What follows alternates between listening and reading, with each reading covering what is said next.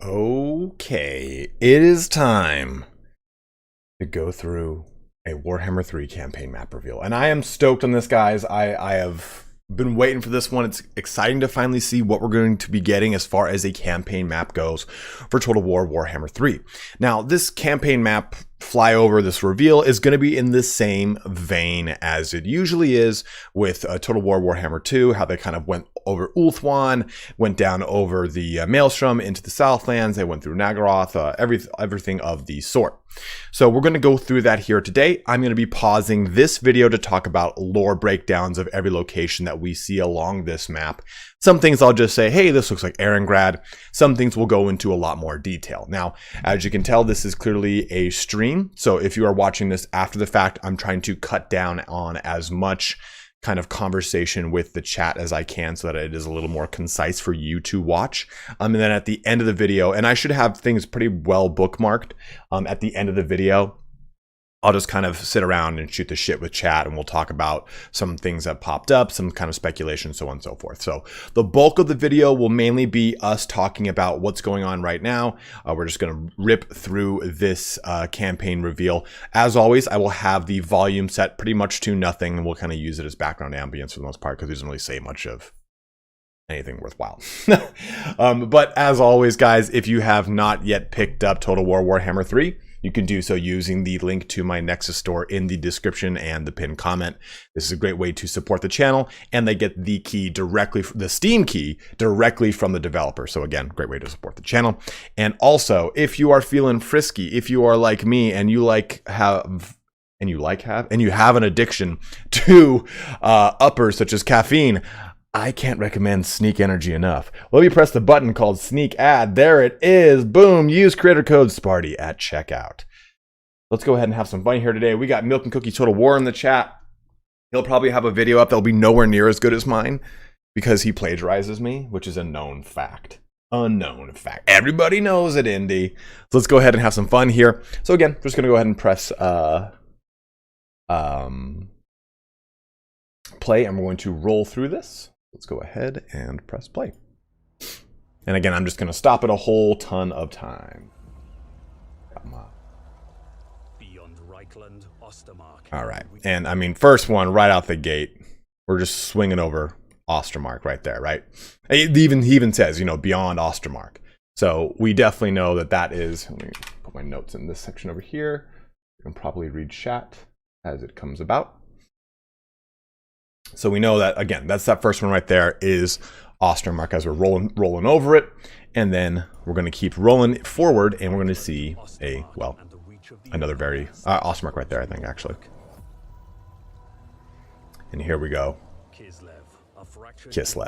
And it looks great. Like, look at the detail right here that we get on it, and I'm already about it. The Boca Palace you can see in the background, and I would love to see if this evolves as you kind of make a larger and larger city. How that looks and what it kind of becomes on the map is going to be really interesting to me. Also, too, we get some really interesting little ditties here. Like, I don't think I've ever seen a mount like a unmounted mount on the campaign map like that. So very interesting to see there. We get Katarine, we get the Ice Witches, and we get a Ice Maiden. And it is interesting to me that someone had made a comment about this. Like, does the map look more cartoony to you? I don't think it looks more cartoony, but it looks a little bit more drab, you know, and especially when we're looking at Kislev, which is the frozen wasteland of Kislev. So I think it fits from a color palette standpoint. When we look at the Mountains of Morn, it's got a lot more of a red tint to it. When we look at Cathay, it's got a bit of a green tint to it. So I think it kind of fits thematically with each land.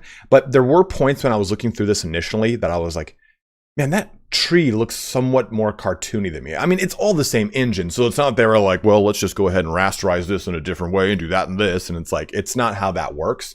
But it is kind of worth pointing out that that is kind of interesting.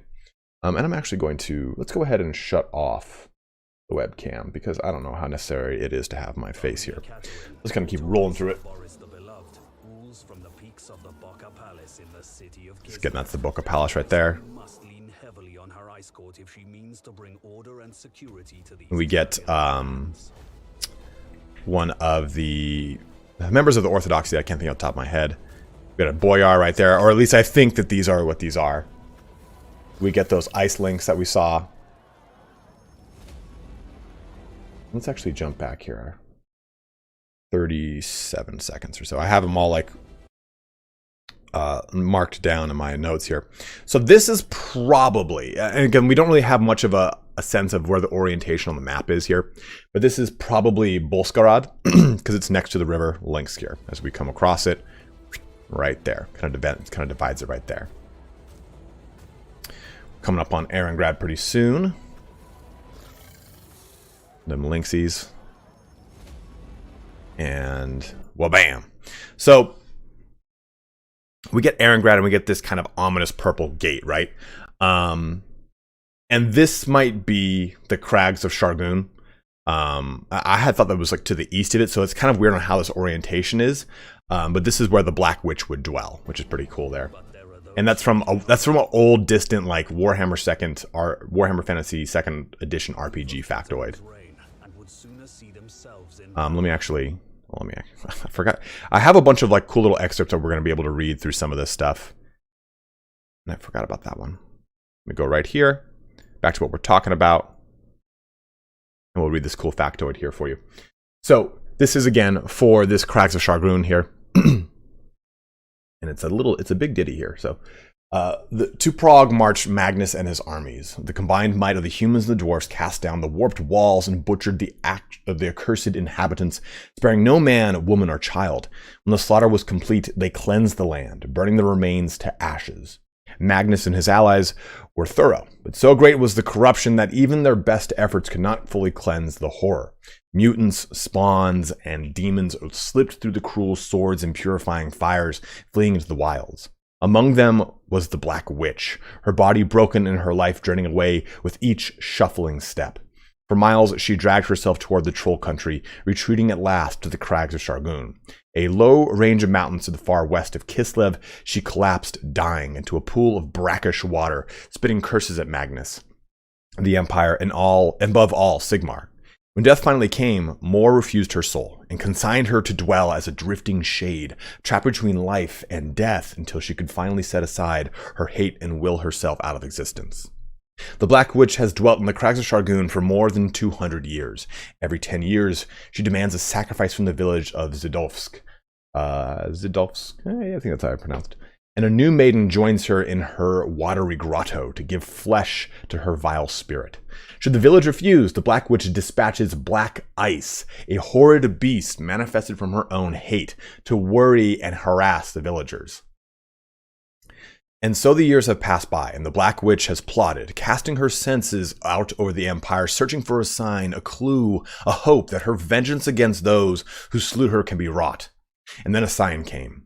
In distant Marienburg, a child was born, a mutant blessed with incredible persuasive powers. If the Black Witch could bend him to her will, she could possess his being and lead a new army to crush her hated enemies. Of course, she was still bound by the wreckage of her old flesh and could not leave her cave.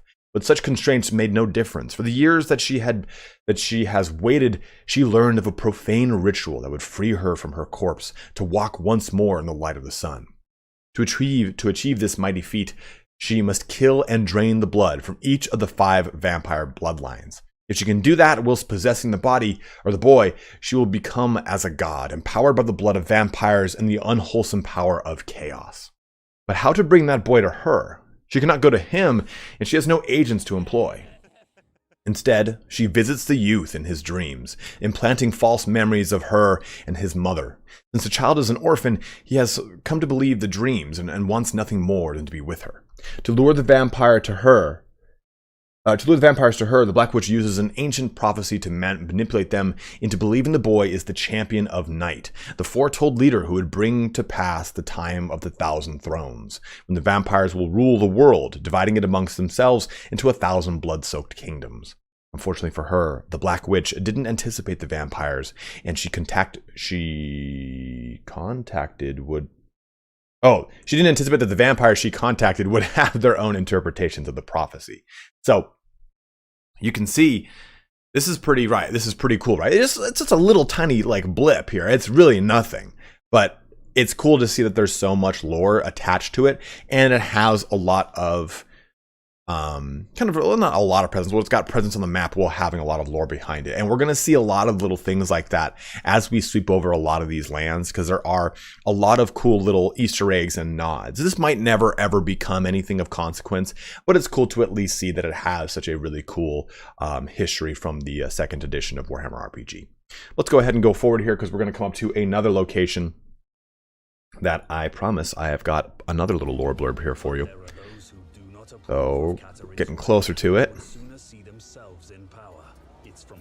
You'll see it. Yeah. So, I'm not sure if it's this or that is the castle. But we see Kosteltian right here, right? Kind of standing against the crest of the ice, of Kislev, really. And you kind of see him standing right here against them. So that's his Kosteltian's start position, right? So we know that Kosteltian is going to be against the Ice Witch in a lot of different ways, right? Both vying for power, as it seems. So we get him close to this castle or that castle, whatever is considered the castle. That looks like more of a castle to me. And as we kind of move a little forward here, we'll see it kind of pan over it one more time, and I'll talk about this lore blurb in a bit. There we go. That's what I think is the actual castle. You can see the bear motifs on it as well, which is really nice. So here is the blurb on this, and it is an older one, right? It, just like our previous discussion, right? It's from that second edition of Warhammer RPG. But Kislev, the Claws of the Great Bear, here we have Castle Alexandrov, stands to the north of Erengrad on the borders of the Troll Country. Construction of the castle was originally ordered by the great Tsar Alexander Nevsky. He chose the site guided by a dream in which Boris Ursus, the forever Tsar of Kislev, directed him to build a great stronghold for Kislev, or else the land would be lost in a war against the greatest evil of all. Alexander traveled across the lands of Kislev for 2 years until he recognized the site from his dream. Near the Troll Country stood a great cliff, some 500 feet tall, and on the highest point he found the cool stream of clear water that Boris Ursus had shown to him. Here was built a gigantic fortress with 7 walls and a massive keep. Missing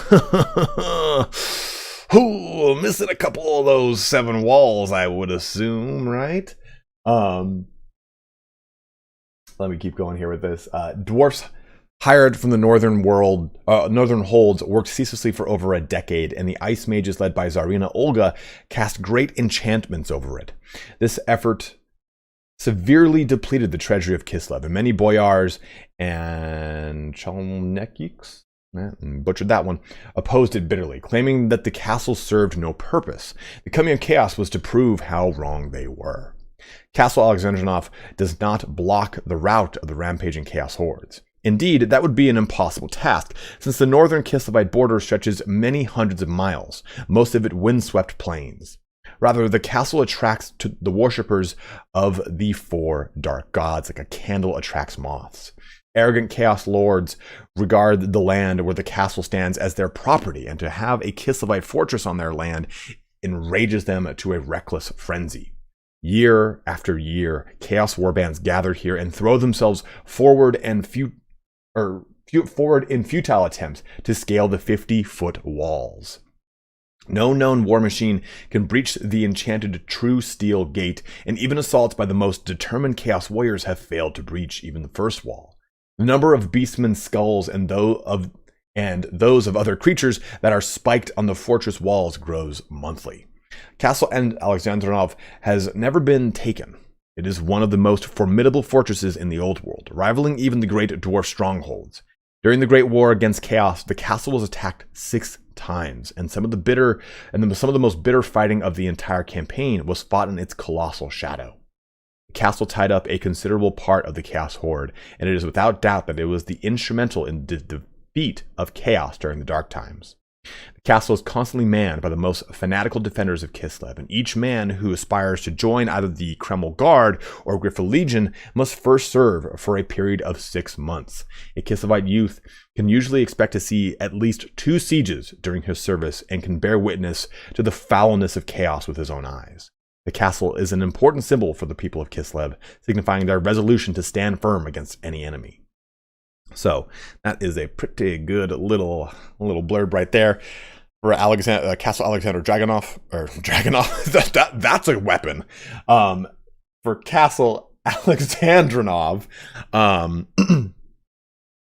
But again, this would kind of give us a little bit more of a lore presence of this. And clearly now I kind of look at it, this is the settlement for it, and that's just kind of going to be there, is what it looks like.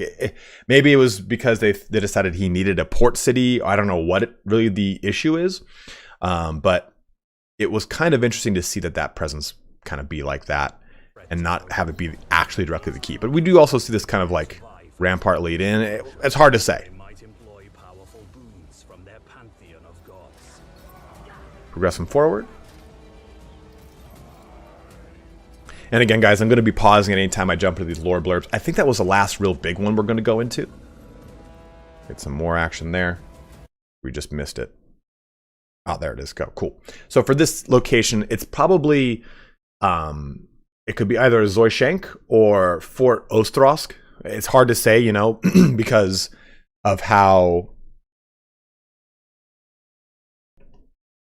just generic the settlements have looked, even though they've been called forts. So we'll see. Again, we got a little action there for Bear Cav. I think we're coming up to Fort Straghov here. Yeah, I think we just went. Yeah, there you go. There we go. I was like, it's on the wall. Yeah, so here we go. We got Fort Straghov. This is guarding the Black Blood Pass here. So we get that presence as well. And again, a lot of this is very kind of hard to orient because the map looks so weird, right? We're used to seeing a north-south, east-west map. What we're seeing is this weird kind of upper polar map where it's kind of, it's in a curve. So it's interesting to see this because it's hard for me to kind of get a bearing. It took me a long time to kind of pinpoint a lot of these. We'll get Hell Pit right here. Kind of gives you a better presence of mind on where we're talking about on the map, right? If we're thinking about the Mortal Empires map. Of course, this is going to be a skewed different version of that, but just to give you some bearings here. Coming up on Prague here pretty soon. Right there. And look at it. Cool to just kind of see like the Streltsy here, or like that's a Boyar for sure. Just having presence on the map. And obviously, they're just doing this special for this campaign flyover. Okay, now right as we get into this map zoom out, we get some fun stuff. So again, here's the Black Blood Pass. Here's the Northern Oblast, the River Uskoy. Eastern Oblast. Now the Dukless Forest is pretty cool here. And this one, it's really kind of minor. It was never really much of anything in any kind of lore except for Warhammer RPG. It was just had a small presence on the map in the map of Kislev here. Let me drink something because my throat is going raw. For those of you that are watching the stream, I hope you're enjoying it. For those of you that are watching after the fact, I hope you were enjoying it. It's a different format. Unfortunately, this was leaked a day ahead of time. So rather than me waiting until tomorrow, I figured I'd just stream it with you guys. We could have some fun, kind of go over it together. We can use this time to answer any questions if you guys have any. Go ahead and let me know. People are saying, what do you think about all the bridges over the rivers? Will they be the only crossing points? I'm not sure. I would prefer if that were the case. Painting Coach, how are you, my dude? I kind of like the notion of crossing points. It does kind of, quote unquote, put the campaign on rails, but I do really enjoy... I like bridge battles. I think everyone that plays Total War games likes bridge battles, especially if you're outnumbered. Do I think that the ogres will get Thunder Tusks in a DLC? Absolutely.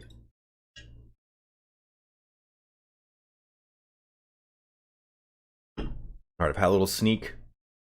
It's raining here in Southern California, which I can tell you is a rare sight. Gentle pitter-patter of rain. Thank you for tuning into 105.7 K Jazz.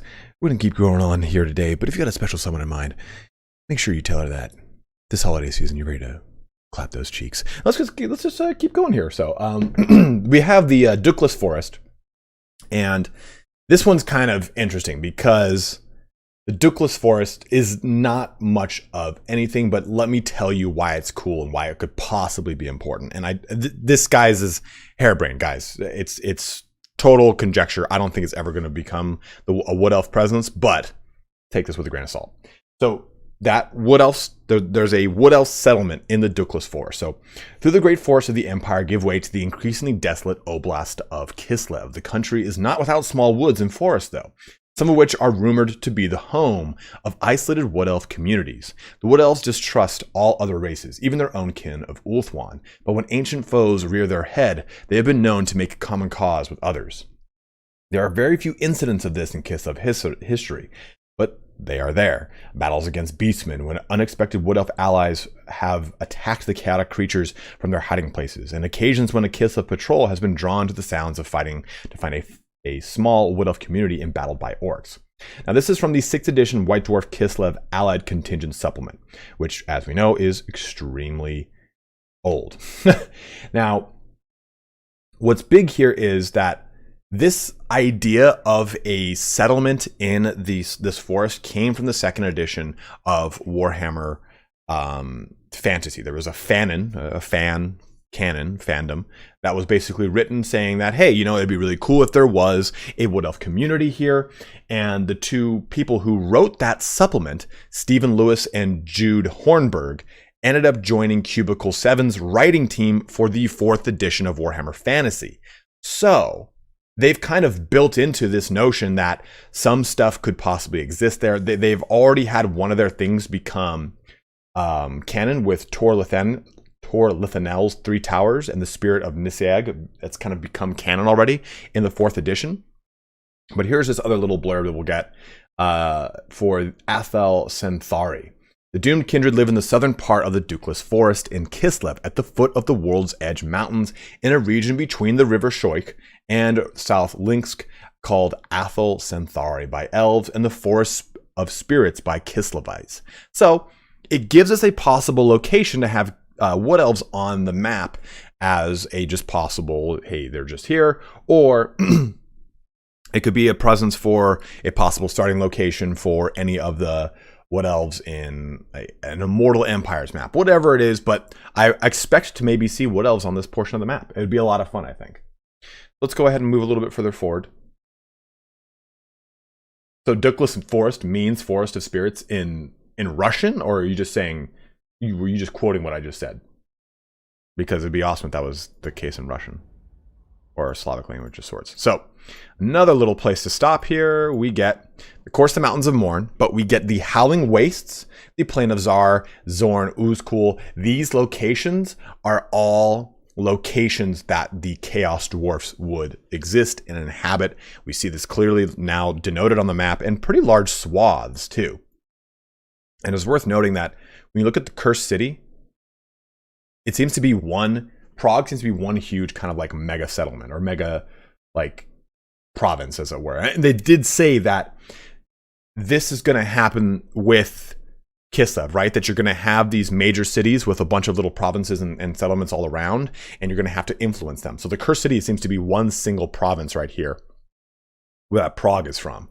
So that's very interesting to see. I do like that. Let's now swing on over to the Mountains of Morn.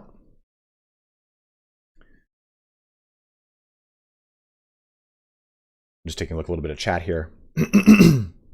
So can we expect all the Immortal Empire map to look like this? Would that mean all the battle maps get reworked too? I don't think it'll all look like this. I think the Immortal Empires map, which is what I'm calling the Game 3 Immortal Empires map, would just simply think, I think just be like a shoehorned version of Immortal Empires. I think they would just expand it east. But into the Mountains of Morn, we already are going to come up on the Firemouth here. Wabam. Looking pretty great. You can already see there's a fire belly, and the Firemouth in the Mountains of Morn this is obviously the headquarters of the fire belly and the site of Greasus' great victory against Urk Ironskull here. Kind of putting them on the map.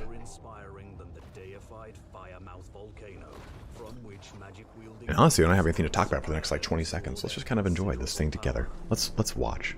Let's move the cursor too. Those are some titties. Those are some National Geographic titties right there. So here's a cool one coming up. So we're coming to the ice pass right over here. And what the hell is that? Because that is what I think is the Great Maw. It would make sense roughly if we're talking about the orientation on the map for this to be around where the Great Maw would be. We can't make out a whole ton. Oh shit. Go do this. But it would make sense. Let me go try and go back a little bit. A lot of people have kind of noticed this already too. In my Discord, people have kind of called it out. If you can see in the upper right corner. But I think that is probably the site of the Great Maw, and I'm wondering to see if that'll have a little bit more of a weight on the actual campaign itself.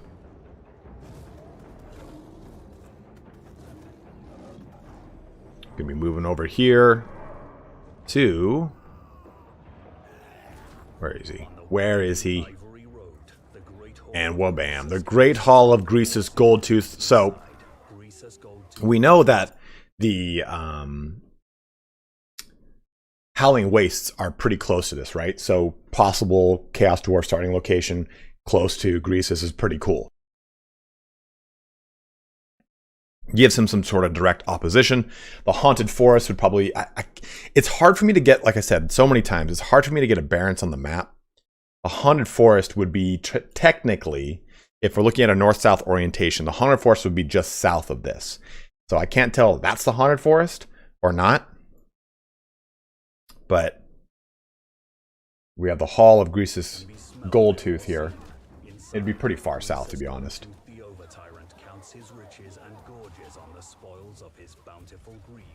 I cannot wait to just jump in and look at all. Like, just send us the map like they did for Warhammer 2, right?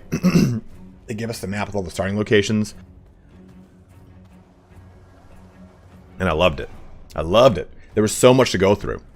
Further east, straddling the border between the mountains of Morn and Grand Cathay, is the narrow Worm Pass. All right. Now, Worm Pass is important too because this is also close to Ind.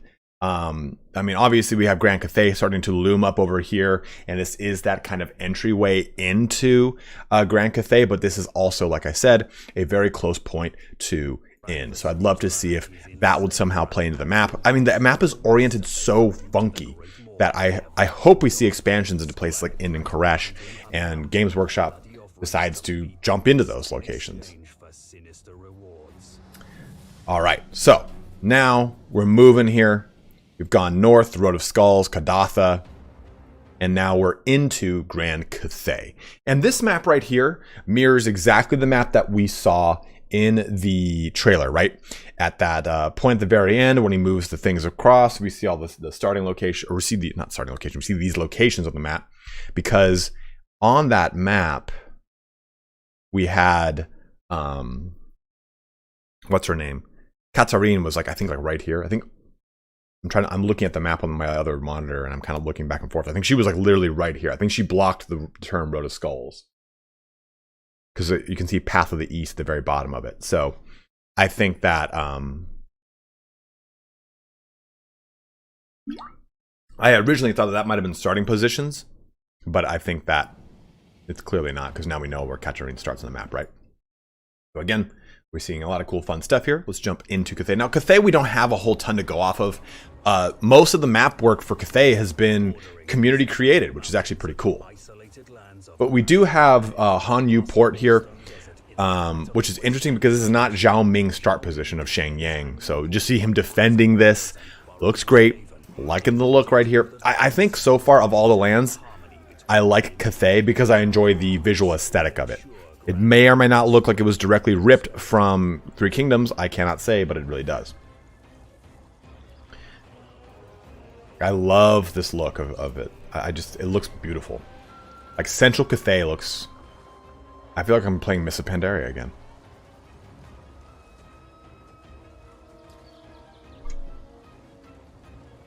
Okay, we'll jump back and look at that monkey.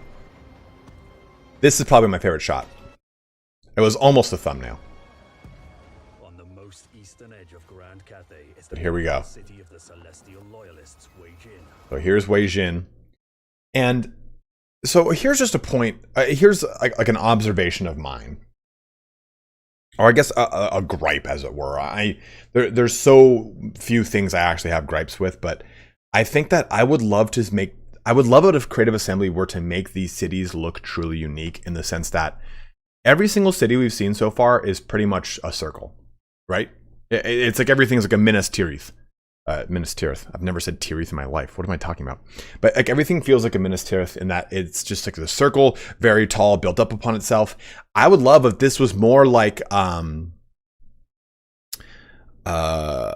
god, Karazakarak, the capital of the Dwarf Empire, like built into the Great Bastion. Like make it look like it like it does in the actual, like a lot of the actual map, right? Like you see the map earlier, and Wei Jin isn't necessarily built directly into the Great Bastion, but it definitely has a presence that is supposed to be a little bit I don't know, less of a circle. That's just my opinion here. I feel like this is, of course, one of the gates for the Great Bastion, so it should have that kind of look. But I just would have liked to have like a little bit more of a standout there.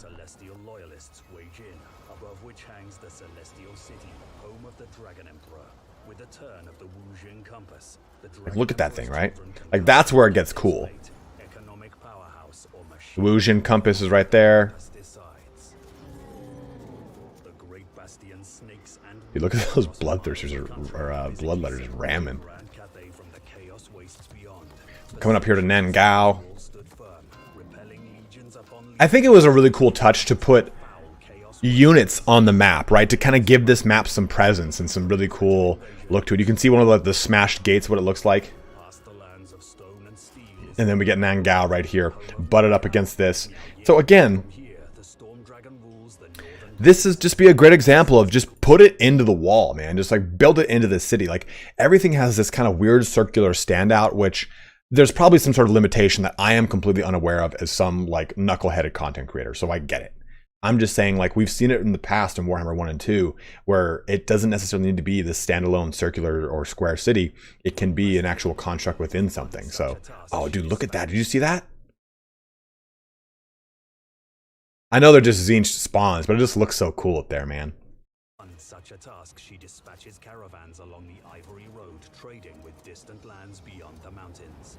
Hers is the task of unending stewardship. For if the bastion falls, it's the people. Whew! I am stoked on this. So let's jump back over here. Oh no, where is it? Zoom in. We can see it on the left.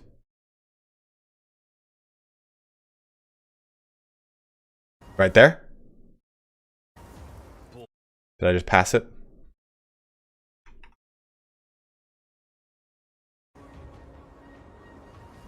Is this what you that's what you guys are saying, this is the Great Maw, right?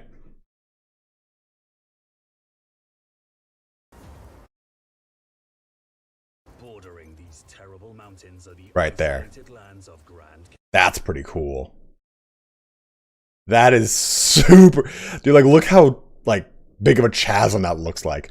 And remember, the Maelstrom is the exit wound in which the Great Maw comes out of the earth from. Oh, yeah, that's another thing is like, it's supposed to have these big, huge teeth, right? Oh, there it is. You can see the teeth there. I'm like, where the fuck are the teeth? There's the teeth. It's like, you know, discovering a toothy vagina. And you're like, what the hell? Why is a tooth there? But neither here nor there. I am overall, guys, I am really stoked. I am super amped up on, oh man, like I love the look of this wall. Like I love the look of pretty much everything that we've seen. I really wish that we could see the Chaos Realms. That tells me that this map is separate than the Chaos Realms. And we get that. It's very evident from the map we saw in the Collector's Edition, right?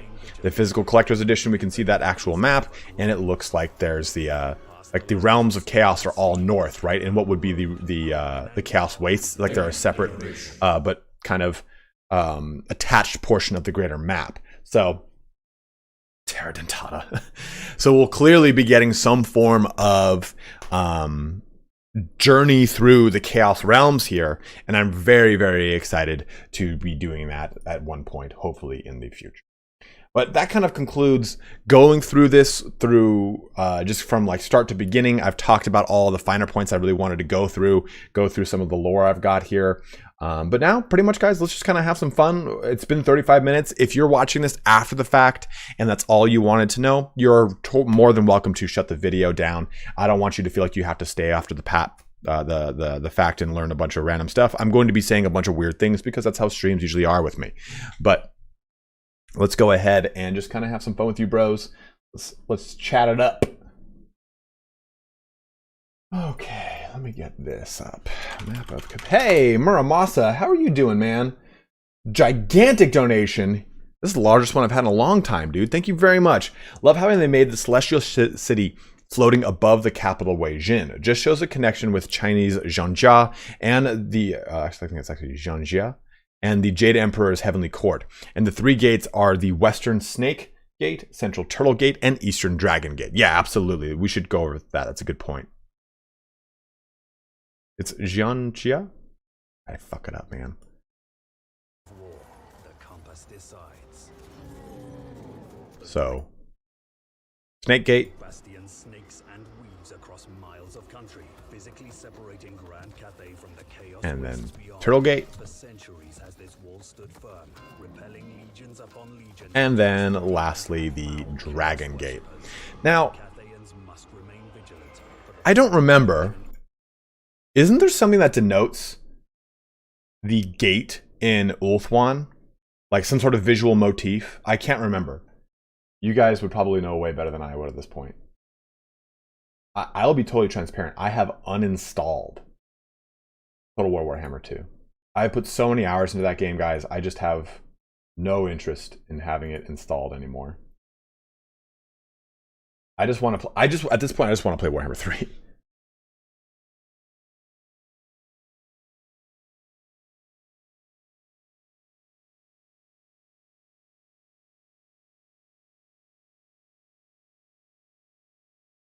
Do you think we'll be able to move units individually on the map, or is it just for visual pleasure? I think it's just for visual pleasure. Oh, okay, I got this confused because of the orientation. So this is the Snake Gate, and this is the Dragon Gate.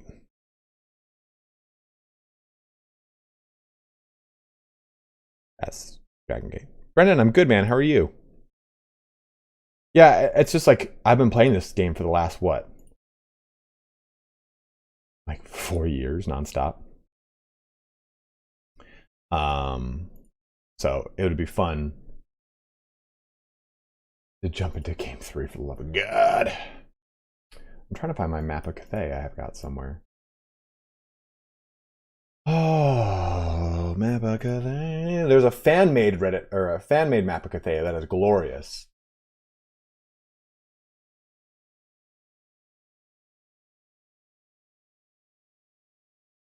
But someone asked what this is in the possible center of Cathay, and I'm trying to find my map to go through it with you. I think between both the first and the second game, I'm a little under 3,000 hours, Damien.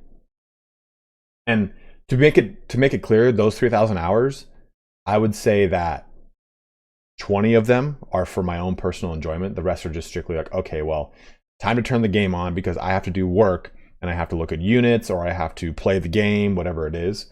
But me just playing on my own and just enjoying it and jumping through a campaign and whatnot is 20-some, maybe 30 hours. And those hours were mainly from times before I was a YouTuber, quote unquote. Does the map go all the way towards the Eastern Ocean? No, this is the furthest eastern portion of the map. That's it. That's where it stops.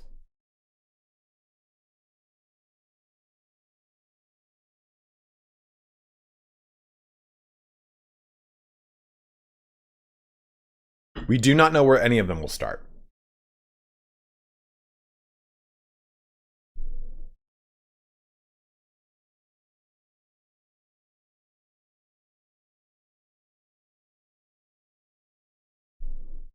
All right, guys. So let me get. He is Burnout Ganon. Legend had to stop streaming for a bit. He was like, I'm having panic attacks. I've got no time. I just need to stop streaming for a little bit.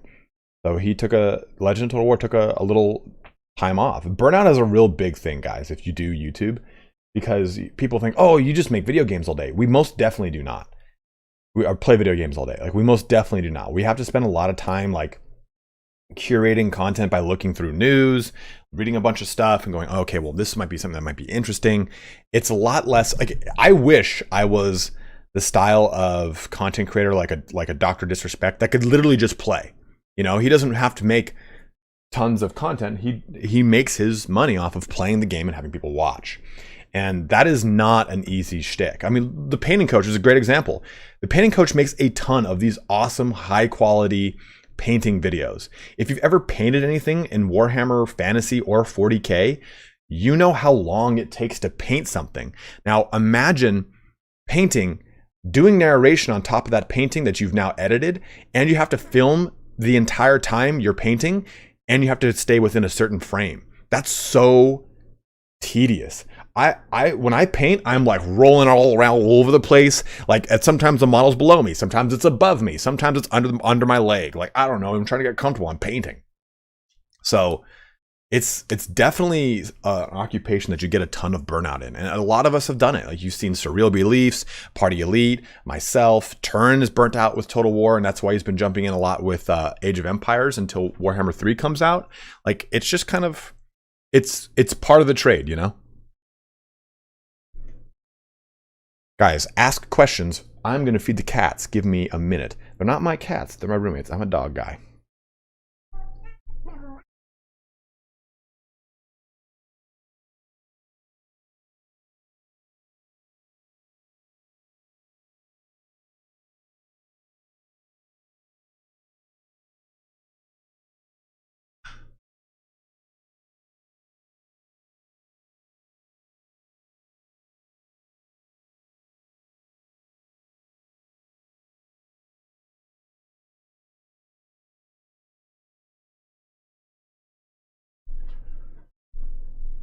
Do the Mountains of Morn remind you of Nagaroth's mountains? In what sense, Jedi Master Draco?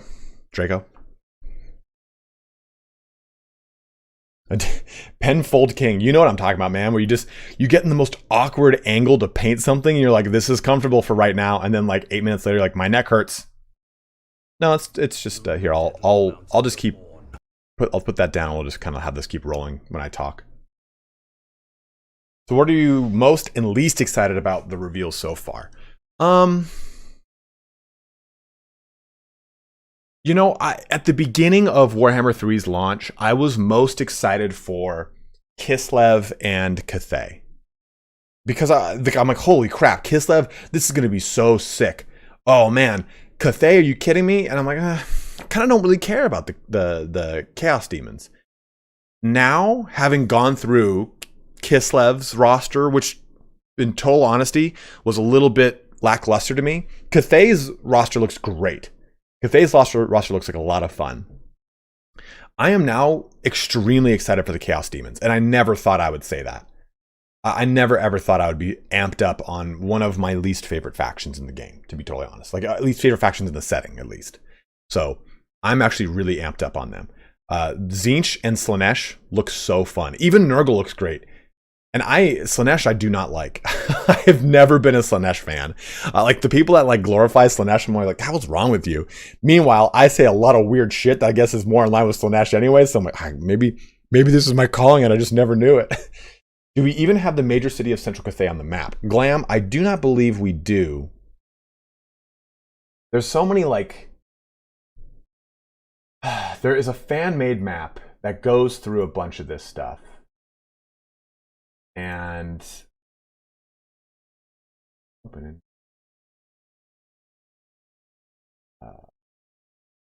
Search image. Google Lens, go fuck yourself.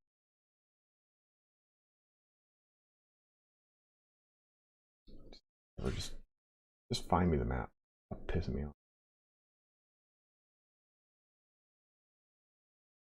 Equation. Southern Port. There's Loya. Luoya, kind of north towards the center. if we're kind of talking about these winding rivers, we have the port there, right? I'm trying to find out where that port is on this map. Kind of near Koresh, I think. And these winding river systems. I love that little central portion.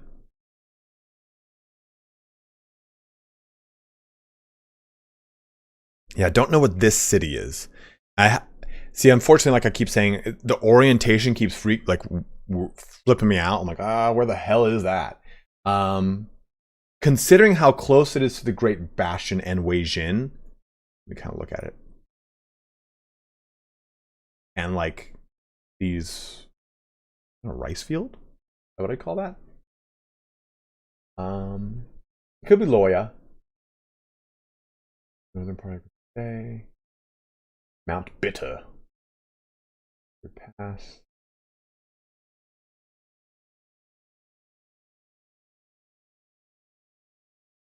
You look east of Weijin, it's closed, but at the same time you can see there might be. Let's look at that. See, I don't know what east is in this map.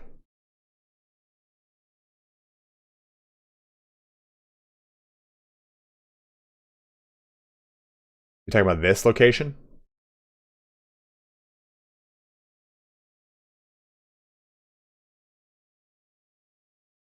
Yeah, here we go. We got Weijin, Flying City, right there. J in Chinese is pronounced the same as the English J, not like the French J. Weijin is what you're saying? Is what it is, Robert?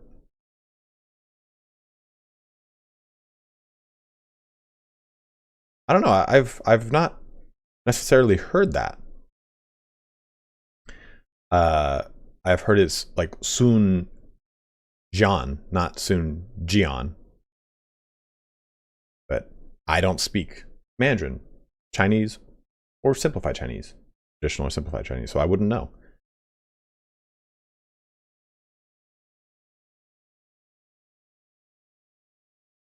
I'd play some ogres in Skaven fight.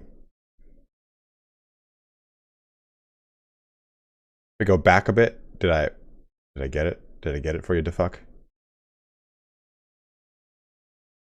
That's a cool shot. That is a great shot. There's so much cool crap. You can see the bloodthirsters right there too.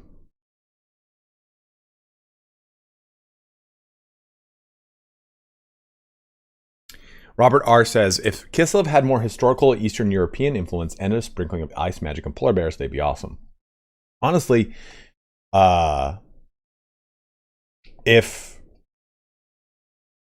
Kislev had a lot of its, what made it so unique to begin with was all the like the Gospodars and everything like that. If that had seen itself into the roster and was perhaps a mechanic, Kislev would feel unique and different and fun. But it doesn't. It doesn't. It feels very boring. It feels very one note. It feels very static. I think it may be why they chose Kislev and Khorne first, because they are the most static factions in the game, in my opinion. They seem very one note. It's all just, hey, here's Northern Empire, basically, right? Here's Slavic Empire, and here's Red Orcs. Like, that's kind of what it is. And I'm not trying to shit on them because they're two factions I was probably the most hyped for. So I think if they had kept some of that caste system, is essentially what it is, right? The Gospodars and all that action into the game where, okay, hey, you know, this is a Gospodar unit. And this Gospodar unit, you are limited to the amount of Gospodar units you can have, or maybe having more Gospodar units than, God, I can't remember the other ones on the top of my head. I'm sorry, guys.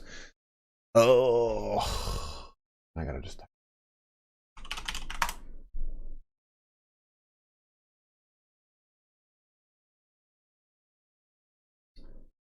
It's the other, like the other huge cultural group in Kislev that it just is not Gospodars were basically the people that came from the east, and they kind of match with Scythians.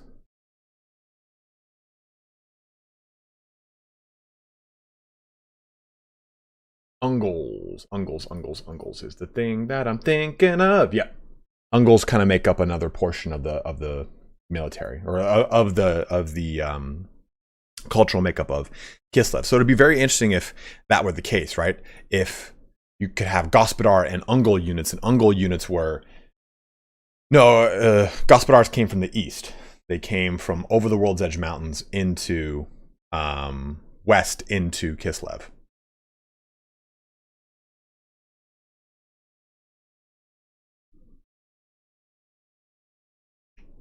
Yeah, exactly, Robert. So Kislev could have some variation of the Bretonnian peasant economy.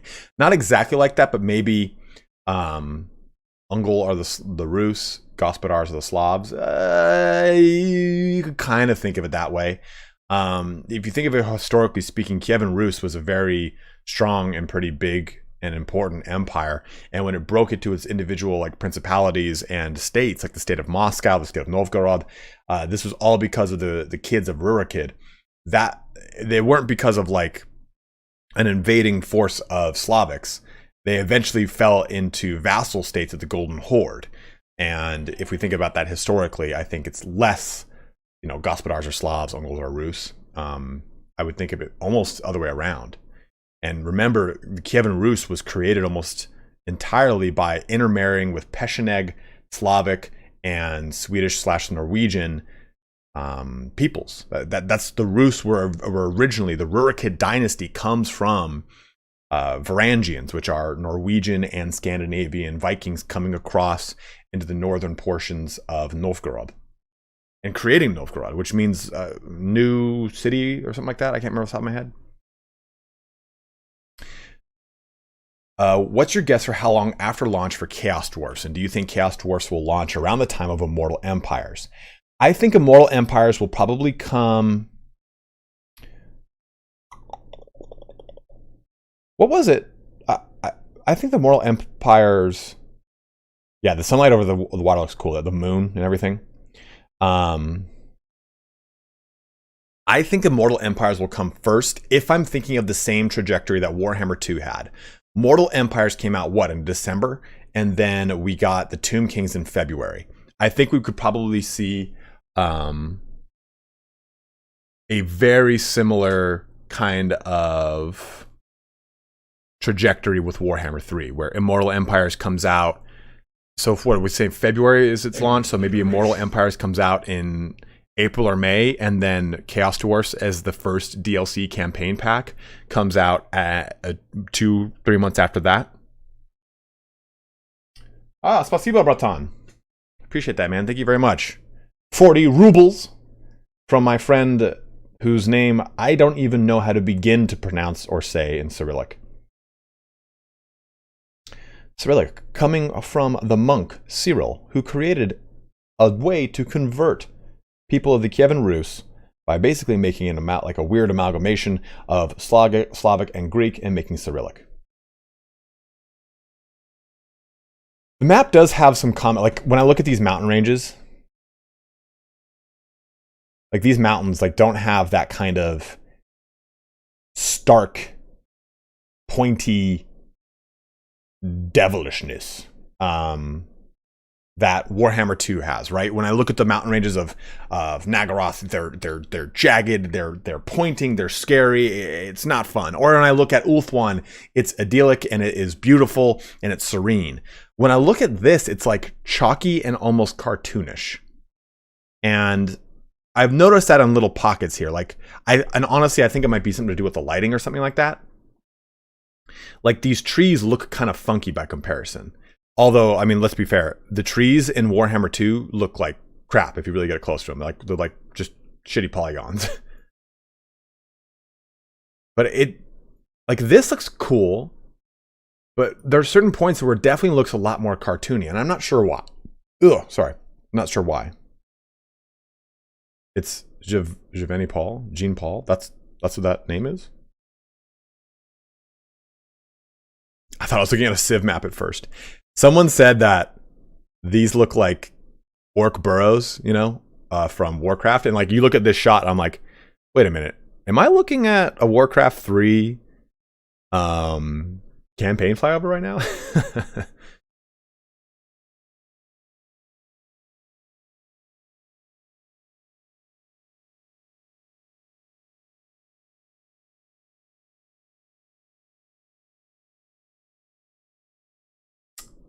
Dimtiar, thank you very much for keeping me honest, my dude. I thought that it was from the monk Cyril. I thought that's where it originally comes from. And I know that Kirill and Metodi go to create like the real Cyrillic, but I thought that Cyril is the one that created that initial foray into it.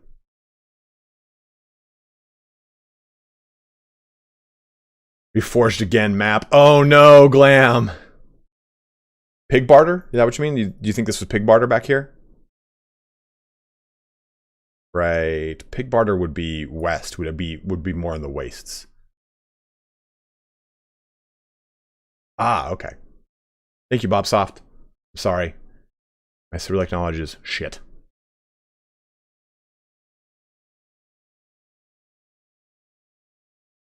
I think it's going to be one of those, the map is going to be something that people either hate or love. It's what it seems like. I personally, the map of Cathay looks great. The map of Kislev looks great because it fits the kind of dour and bleak look of Kislev. I'm not so stoked on the Mountains of Morn. That to me looks like I said, it looks like clay, chalky, cartoony to me. It's when I look at the Mountains of Morn that I go, it looks a little more cartoony. And I think that a lot of people get hung up on that word, like, oh, it looks more cartoony. I think we've been saying that a lot across a lot of different games. Maybe it's just the way that game development goes now. I don't even know, man. It's so hard to pinpoint stuff like that.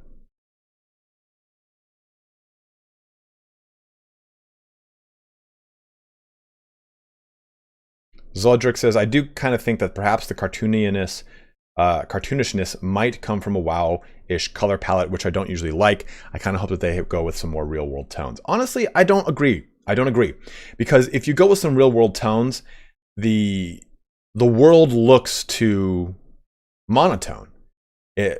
Stylized is a good way of putting it, Stickman. I think that, and the way I've always kind of envisioned it in my mind, thinking about track the younger mobile gamers, perhaps. The way I've kind of always envisioned it is the different portions of the Warhammer map have a different feel to them. That's why when you take a look at Sylvania, it is grays and dark reds and purples and blues. Same thing with, you look at Nagaroth, same thing. But when you look at Ulthuan, it's vibrant. It's like a little gem in the middle of a very bleak looking world. Or you look at the lands of the dwarfs, there's a lot of grays, lighter blues, some whites. It fits into the overall theme of these armies. You get a lot of green here, a lot of blues here when you look at Cathay. So I think that stylistically it fits each faction. I just don't agree with the Mountains of Morn one.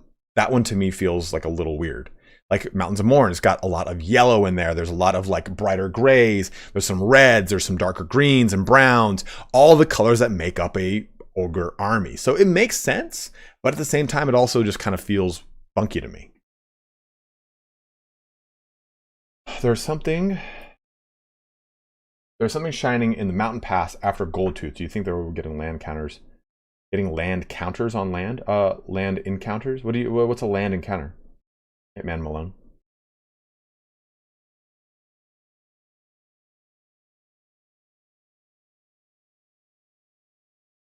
I guess I mean more saturated as opposed to the pastel like color palette that I don't like from WoW, but that's just my preference. No, I could definitely see what you're saying there then, yeah.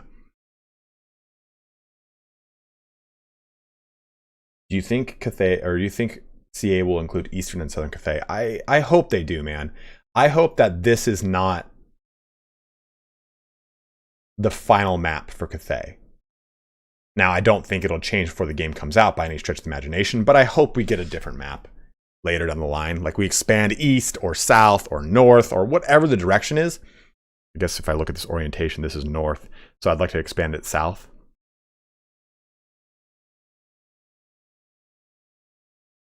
Allow me to disagree. You're more than welcome to, man. 'Tis my opinion.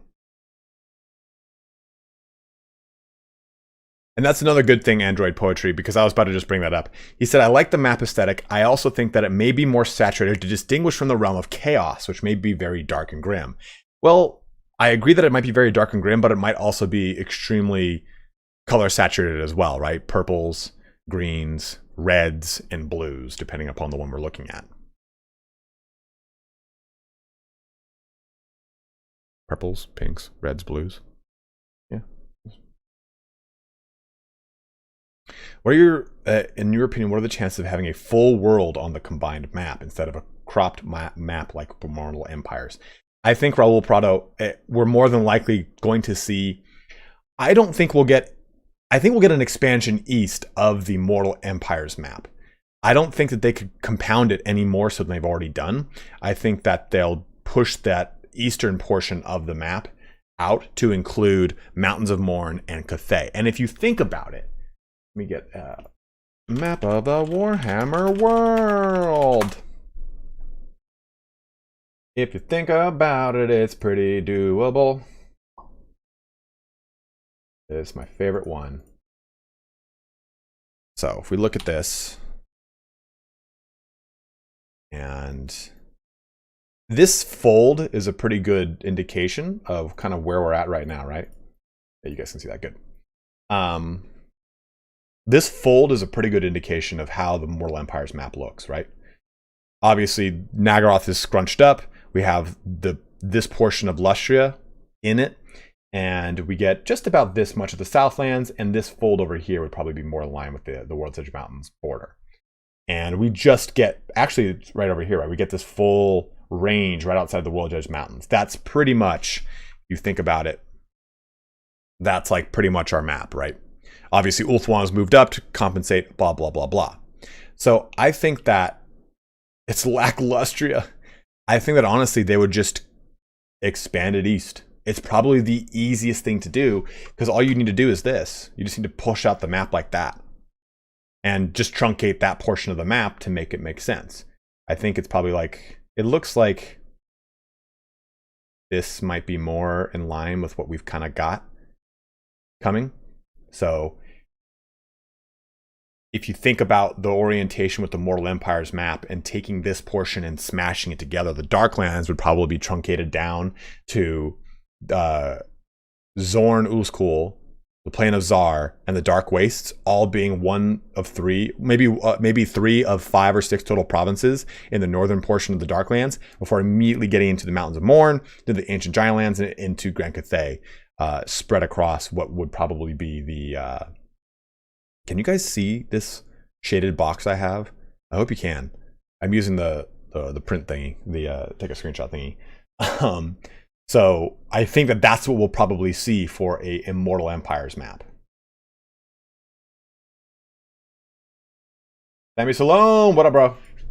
Okay, cool. Cool. I mean, I wouldn't necessarily say rip Nippon. Nippon? I'm not sure which one it is. It still has the possibility to expand east. I just would really like to see a map. Hey, my desktop. A map over here. An expansion of this map over here on the actual campaign. I think that would be great. Oh, I see what you mean, Hitman, as far as a land encounter goes. And I would actually love that. It's one of the things that I really liked about Warhammer 2 is that it kind of made it feel like you were playing Heroes of Might and Magic, right? You had that sense that as you were traversing the map, you deal with these little encounters here and there. Hey, look at that little guy. Hey. You deal with these encounters here and there, and it would kind of make the map feel like it was a Heroes of Might and Magic map. It was like it was alive. So I would really love to see mapping or on land encounters similar to the ones that we get on the sea that are not relegated strictly to ruined settlements. I think that'd be a lot of fun because now, if you think about it, in Warhammer 2, there's not really many ruined settlements that you can truly explore. Now they're all, for the most part, just Skaven settlements, right? Or they get quickly inhabited by Skaven. This is another RTS, Sam. This is, well, it's Total War Warhammer.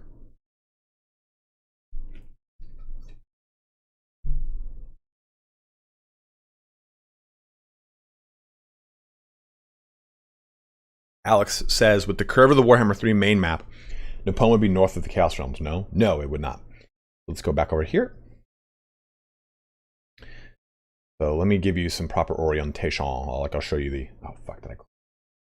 Where is it? Ah, you son of a bitch. I went right by you.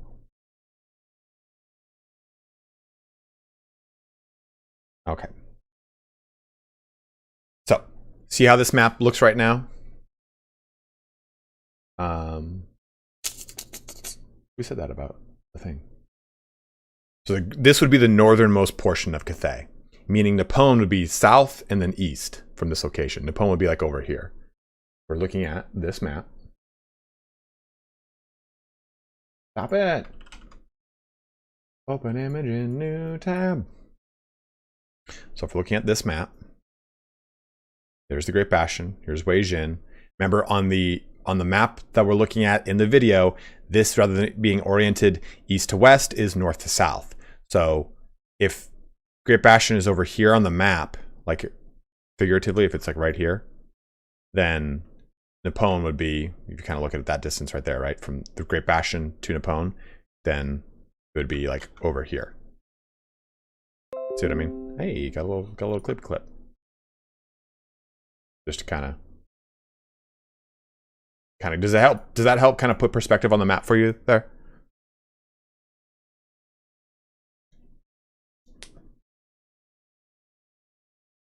A good purple item. Did you say purple because of the fact that it's Slaanesh? Well, I'm very curious to see what Slaanesh's mechanics are going to look like from a campaign perspective, like all of them. They mentioned as well the River of Wei Jin was dangerous to swim on for Chaos. No, it's not a post-apocalyptic, it's a fantasy world. It's entirely fantasy world. Are we going to see a Norska rework? Yes, they said a Norska rework is coming, but it definitely seems like it's going to be in Warhammer 3. And I don't know if that means that they've got like special Kurgan and Hung plans, but I would love to see that be the case. Because we talk about all of the cultural diversity of old Kislev and the older lore with Gospodars and Ungals, but the Kurgans were also a really huge part of that cultural diversity, quote unquote, in like Kislev lore. They made up a lot of that stuff. So I would love to see that sprinkled in somehow, some way, some unique Norskin improvement or mechanic. Sure, it could be from a mechanical standpoint, but I don't know. They make it seem like there's something coming with them. It'd be weird to just kind of leave them static, in my opinion. Hobgoblins are... we don't see anything for the Hobgoblins, really. Gash Kadrak and Path of the East. That's some Hobgoblin action, I believe.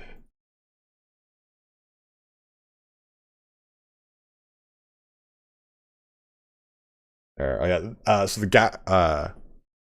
Gash Kadrak is like they made it so like this area over here is all Hobgoblin-y in the new map of this region. But this location would be possibly where Bretonnians could be. Remember, we did a video on this, and Bretonnia did like a little errantry war up here. They said this game would have more of a narrative. I hope that's also true for the combined map and add narrative for the old factions as well. I totally agree with you. Hobgoblins got abandoned in what sense, Miramasa? Because they're definitely going to be included in the new map here for Hobgoblins equals part of the Chaos Dwarf roster. Definitely, I think Hobgoblins need to have some sort of presence in the Chaos Dwarf roster, some way, shape, or form. And yes, Mike said likely this map is from an old build as well. I don't think the physical map, though, Mike, is different. This. I don't think this is different. I think this is going to be exactly what it is. But if you're saying the visuals of this map are from an old build, I totally agree with you. Because they are not going to put the premier top of the line, this is the build we're totally working on right now, map in a video. They're going to show us a map that has gone through many iterations, already has a lot of its bugs cleaned up and probably has, like he just said, a low res. Most of the time when you watch any kind of promotional content for a game, you're working on something that is multiple iterations behind the present one. Is Henry Cavill the most famous Warhammer gamer? I don't know. I would say Robin Williams is more famous, more of a household name than Henry Cavill. Robin Williams played Imperial Guard, and Bruce Willis plays Warhammer. Luzik, not necessarily.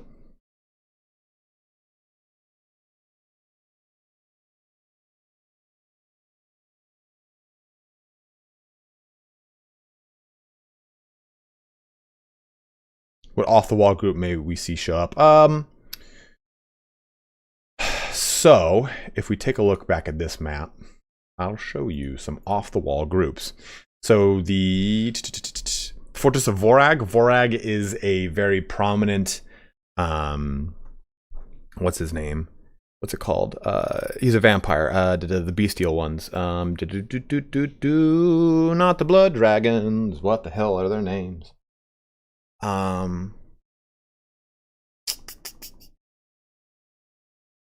Jesus Christ, man.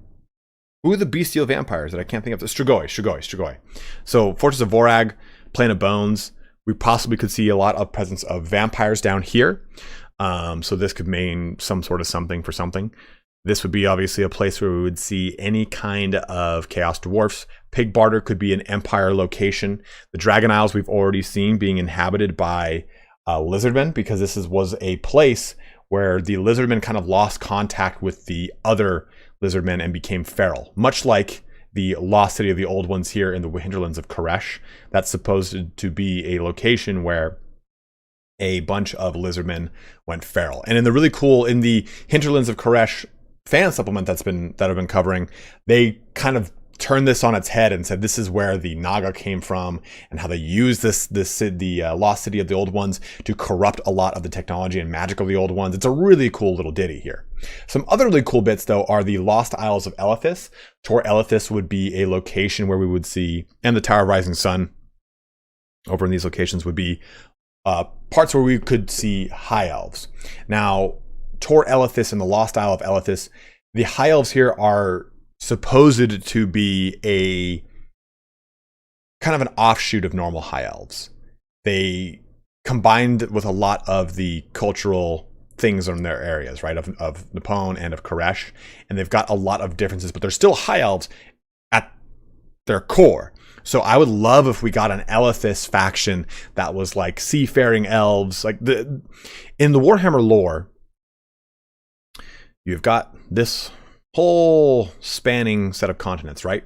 And in the Warhammer lore, link for this map? Absolutely, man. Let me do it here, right here for you. Copy image address. There you go. Here's this map. In the Warhammer lore, after the Great Cataclysm, when the world pretty much kind of is settled after this big huge event with the Chaos Demons, you have a world that is pretty much ruled by 3 factions. Well, I'll say 4. The High Elves, the Dwarfs, which are huge at this point. The Dwarfs span every single mountain range over here for the most part. I don't remember if they had gone into the Mountains of Morn at the height of their empire. And the High Elves and the Dwarfs pretty much rule everything over in these locations, with obviously the lizardmen inhabiting a ton of these lands. And Ulthuan had expanded everywhere. They had all of these little tiny colonies pretty much all throughout the old world. And they had a whole ton of interaction and trade with the Dwarf Empire. Of course, this was that golden era, right? And Marienburg used to be the home of what was called the Sea Elves. And the Sea Elves, it has a stupid long name. It's like Sith. Sith is in the name a bunch of times. And this location basically becomes Marienburg, right? But it was a major trading port. And the sea elves was pretty much any elf that was not in Ulthuan. It was, okay, if you are a seafaring elf, then you are called a sea elf. It's kind of a one-to-one. It's not like when we think sea elves now, and when it comes to Age of Sigmar, we think of the Ideneth Deepkin, right? It's not quite like that. It was pretty much any time you were a seafaring elf, you would help set up all these trade posts. Oh, you also had Khemri. That's an important thing to note too. This is a very old civilization that was there for a long time. Then, of course, when the elves kind of break off and become the wood elves, the dark elves, and when the sundering happens, the high elves and the dark elves are created. Then we get the War of the Beard with the high elves, and then the new creation of the wood elves here in Athel Loran, and a lot of the dwarfs being beaten back. All this action.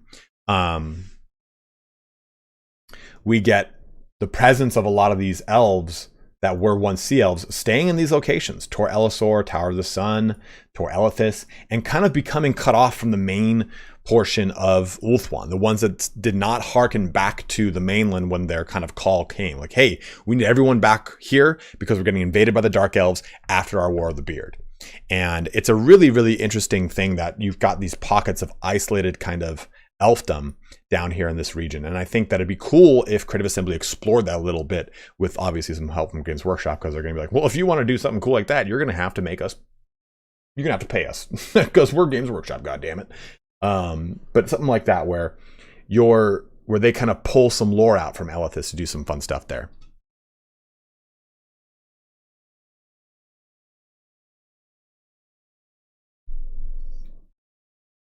That'd be cool, Rowinger. Aislinn is a Warhammer 3 Lord as the Sea Lord of the High Elves. That'd be really cool.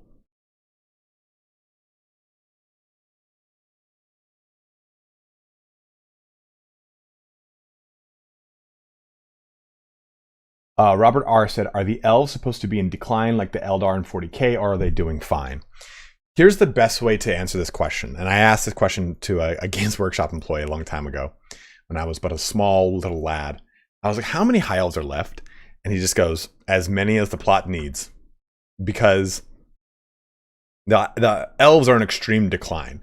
Because they live for a long time, their birth rates are very low, and they're just kind of slowly dying off. But there's still tons of them to die in any conflict that's needed at any point of the plot of Warhammer Fantasy, up to the point of, obviously, Age of Sigmar. So it's kind of like they're in decline on paper. But when you read a lot of... What the hell was that? When you read a lot of lore, it talks about how the elves, when you go to these cities, especially Lothern, which is this city that is... this massive city that has all these districts dedicated not just simply to elves, and elves, of course, look down at everything. They look down on anyone who's not an elf.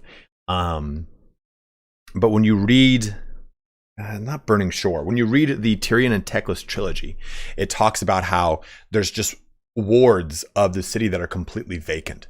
And it's like everyone left to go to some big event and then just never came back. And that is...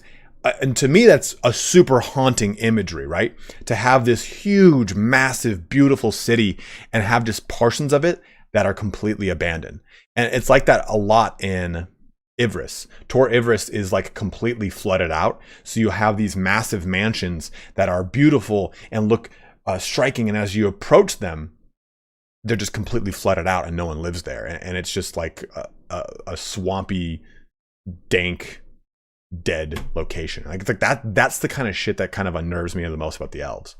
All right, painting coach, thank you very much, man. And guys, if you are getting into painting Warhammer Fantasy, Age of Sigmar, Warhammer 40k, or even non-GW models, please go and check out the painting coach. He has some of the best painting tutorials you could find on YouTube. Very easy to listen to voice. I sometimes watch him to go to sleep. And he has really easy low barrier of entry videos where it's like, well, okay. Sometimes you watch someone like Miniac, who is also maybe one of the nicest people on earth, and you're like, God damn, he's just so talented. It's so hard to conceive how to paint like he does. But like, you watch Painting Coach, and I'm not saying it makes it sound like Painting Coach is bad. No, but Painting Coach uses a lot of paint recipes that are not wild. They're not like, holy crap, I don't know if I've got 2 parts median, 3 parts varnish, and 1 part fucking, I don't know, chaos black to make this mix work. So I really love Painting Coach's videos. So please guys go and check him out. Been my very good friend for like 2 years now, right, man?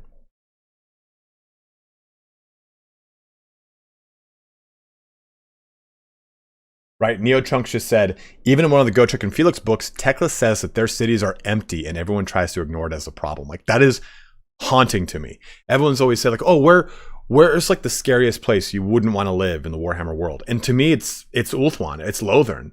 Like, I wouldn't want to live in... Copy image address.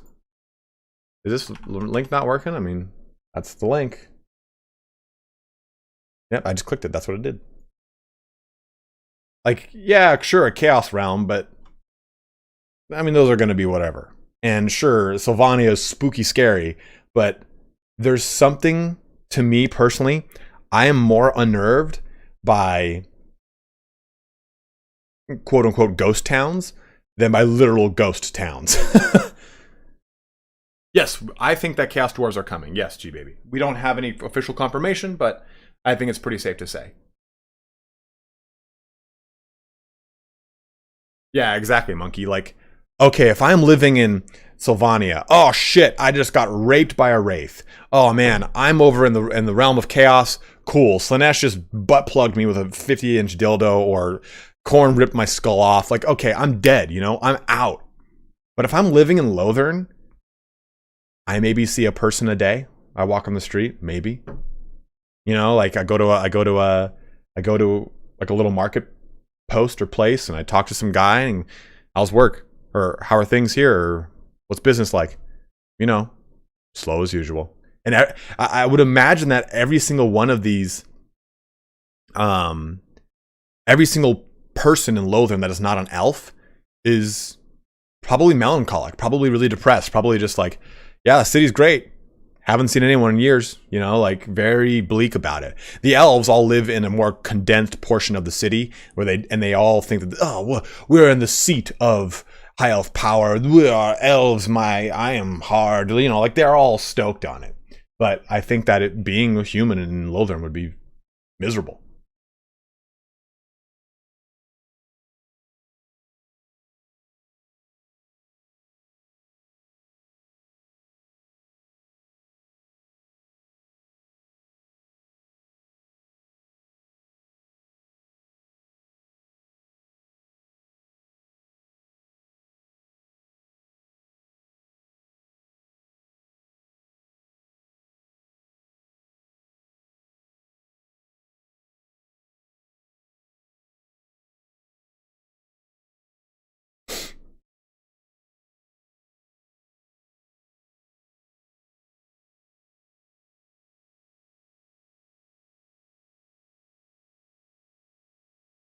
Nope, I'm still here.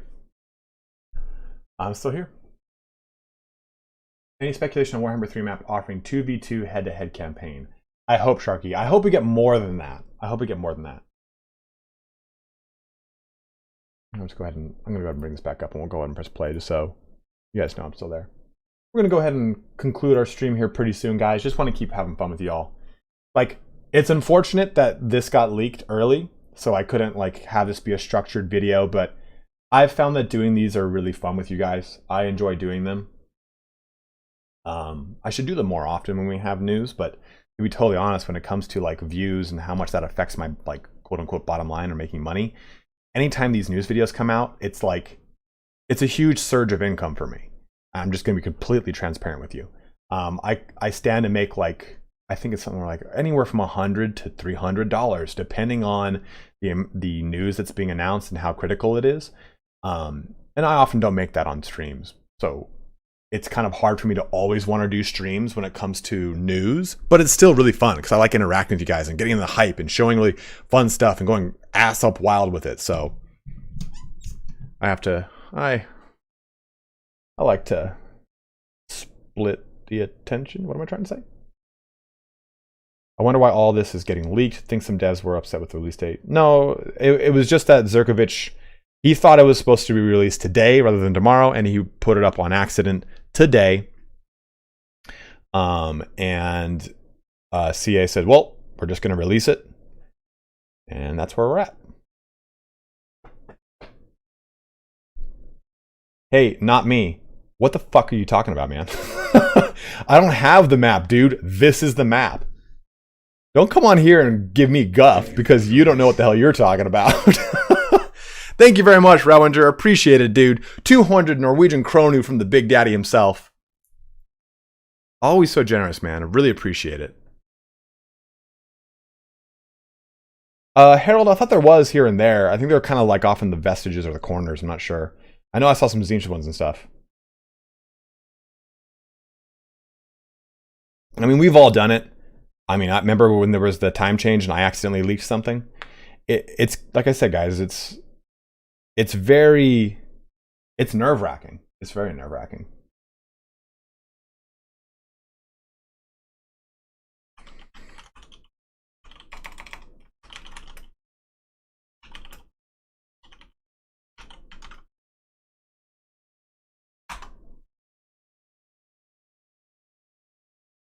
Do you think we might get Albion so we get Dark Elves? Well, it's not to say that. It's not to say that. It's not to say that the Dark Elves would exclusively be on Albion. The Albion's presence as having a whole ton of different races is because of the Shadows over Albion supplemental campaign that they released over a summer. So I don't think that Dark Elves' presence there would be strictly because they were in Albion on that supplement. I think that the Dark Elves would have presence on any point on the shore, especially as you get closer to end. We know that that is where Lokir Fellheart raided to get his red blades, stuff like that. They don't show the Great Maw Crystal Krith, but I'll show you what they do. They kind of tease the pickle here. So look on the left side of the screen. We're going to show you right now. Oh, right. So here is the tooth of it. You can kind of just barely see it all the way up there. We don't actually see the Great Maw, but we get little teases and hints of it. The Sarlacc pit of the Warhammer world. There you go. That's probably a better shot right there. Does that help you out? See, Shill, happy to answer a question for you, man. More than stoked to do it, my brother. Do.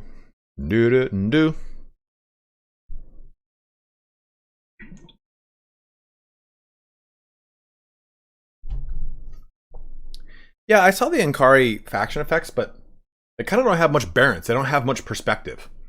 It's kind of like, oh yeah, cool, the faction effects. I'm like, yeah, but could I get some more info? Like, I don't know enough about the roster or Sanesh's campaign effects for me to have a much perspective on how that affects its campaign.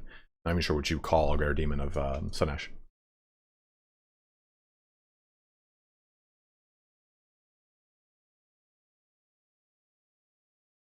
Oh, that's what you mean, right here.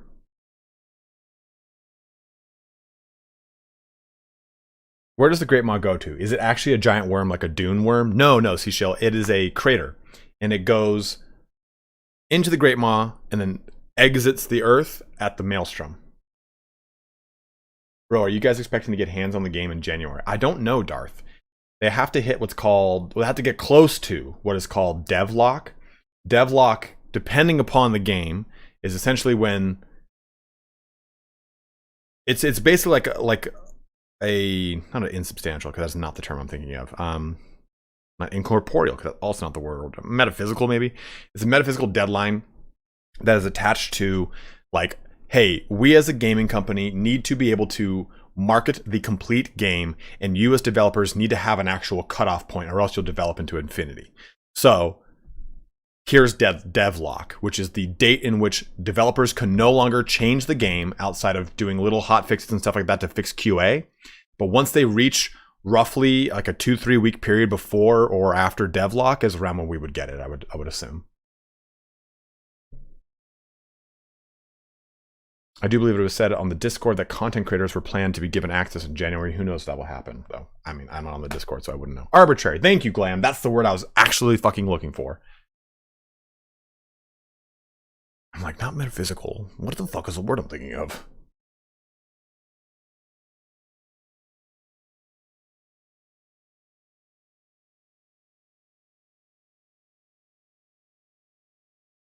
You need a Celtic faction on Albion. That'd be pretty fun. Do you think the Chaos Dwarves might be one of the first DLC races? I think it'd be super easy to fit them into it. Dan, I totally agree with you, Dan. I don't know why I said your name twice. But yes, Dan, that in my opinion, the first campaign pack will be the Chaos Dwarves. Yeah, there's another one a little bit earlier to see the Great Maw. You can just barely see it sticking through right here. No, it's further back, further back, further back, further back, further back. Okay.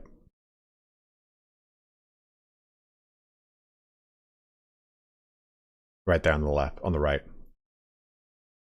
Right over here under that thing.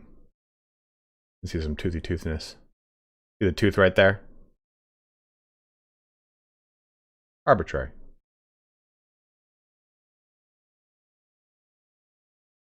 Oh, right there. That's the Great Maw. Great to see 4. What's up, dude? Would they time the Chaos Forces to when they come out in Sigmar? Lagoon? My opinion is yes. What is wrong? Philip, come on. You can't be serious about that statement, right? I mean, the Warhammer 2 map is blaringly green. People get really weird about that stuff, though. Like, it was a problem with Diablo 3, which admittedly so was a big issue. Diablo 3 had a bunch of crap at its initial inception, where people go, it's not grim dark enough. I'm like, stop. Just calm down here. Ulthuan's not supposed to be grim dark. It's supposed to be idyllic and beautiful. The tragedy is in that it is empty. That is like, that's the shtick. But the Lumineth Realm Lords were supposed to come out around the time of Eltharion, but because of COVID and things getting delayed, things kind of got pushed around all over the place. What's the green glow a bit north of the Maw? I'm not sure, Revenger. What's up, team? They'll get grimdark when the map gets painted by Chaos. I mean, that's another good point, too. I think that is a really good point of just saying, like, the map maybe deliberately looks like this, knowing that Chaos will infect and corrupt huge portions of this map.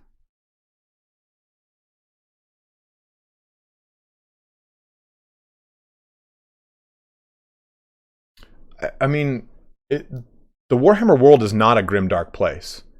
I think that a lot of people that like Warhammer Fantasy and 40k get swept up in the term grimdark. It is not. Warhammer Fantasy is just a simple fantasy setting. If you read any of the Gotrek and Felix books, people have normal lives in a tavern where they just go and do stuff where they normally would. Like, 40k is more grimdark, where it's like, yeah, you are an oppressed person in the oppressed Imperium, and you have to worship the oppressive God Emperor, right? Like, that is more grimdark. Like, where it's like you're constantly being filled with dogma and stuff like that. Warhammer Fantasy is not grimdark. Its tales are a little bit grimmer. There's a little bit more of a darkness to them, but it's just as edgy and dark as any other fantasy setting, right? You wouldn't look at Lord of the Rings and call it grimdark, right? That's the epitome of high fantasy, is Lord of the Rings. Warhammer Fantasy is just simply another iteration of high fantasy. People just kind of get this weird boner for the term grimdark. I understand, because when you think of the vampires of the Warhammer world, they're unlike almost any other vampire in any kind of fiction, right? You read Twilight and I fucking throw up. Like, growing up and reading Bram Stoker's Dracula and reading the Anne Rice vampire novels and then reading about the vampires in Warhammer Fantasy, to me, the Warhammer Fantasy vampires kind of fit with that Bram Stoker's kind of a smidge between I am a beast, like I am a monster underneath this gentleman facade I throw up. That is a really cool thing. That is something, throw up, vomit. That is kind of what I have always looked at in a vampire. And I think that the Blood Dragon vampire or the Lahamian vampire or the Von Karstein vampire, they all hit that. But the Necrarch and the Strigoi don't, because they're a different version of it. And I really like that. Black Cat says, no, Spartacus, you don't get it. How will we know it's grimdark if the colors aren't grim or dark? That's how you know. The Van Helsing movie is great. The best portrayal of a werewolf in any cinema is in the movie Van Helsing. Easily. Mordor is bleak. The setting of 40K is bleak. Yes. I agree with you on that, Sedgehammer. Better word would just simply be bleak.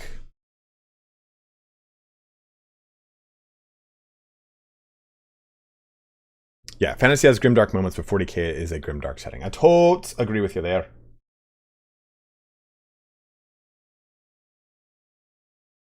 Vampires and Masquerade are also really good. A lot of they kind of borrow a little bit more from the Anne Rice kind of portion, right?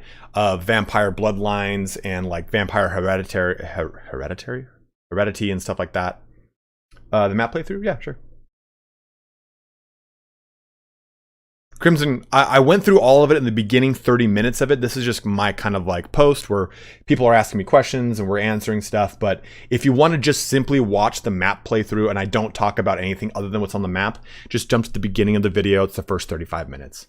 I just don't want you to miss that information and then like man, why won't he just shut up? I want to watch the map. So that's why we're jumping back and forth all over the place.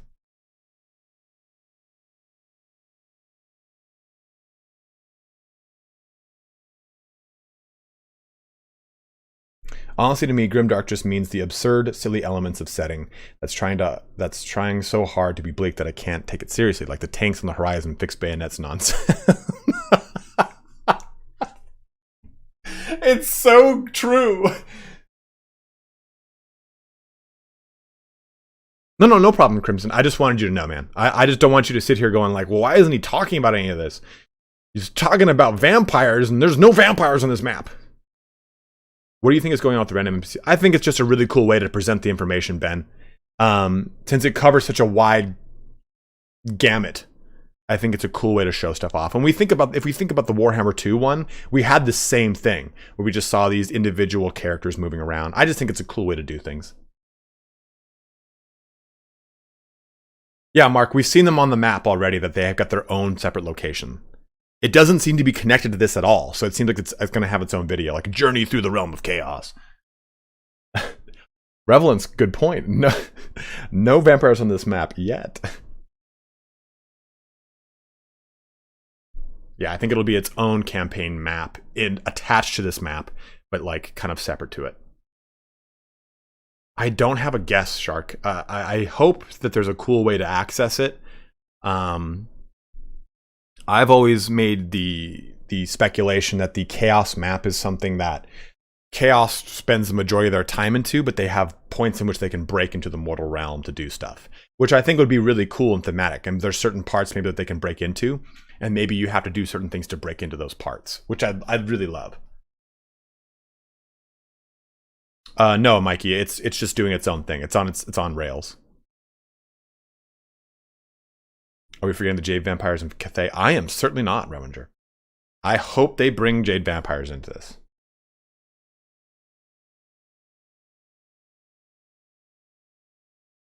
Of course, Mark. Happy to do it, dude.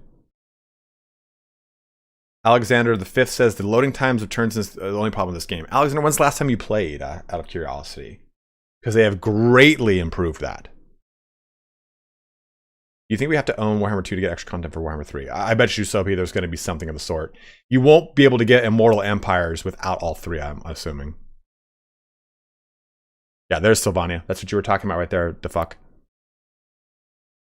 DeFuck was saying that you can see just barely the portion of Sylvania on the map as it zooms out. You can see it right there. Well, there's her walks past Hell Pit. Yeah, man, why would you want to stop in Hell Pit? That's poor real estate right there. Do you think Tamarkon will start in Zambajin or Kadatha? I think so, Theme. I would want him to be north and east. And and I would really want him to be a character in this game. I think that if a Norska rework came and it included Tamarkon, that would be absolutely awesome. Thank you very much, man. You stay dry as well, brother. I know you're a Southern California bro like me over there in Long Beach or just Orange County, but stay dry, my bro. Here's hoping Game Pass helps sell Total War 3. It's on Game Pass. It's gonna sell it for sure.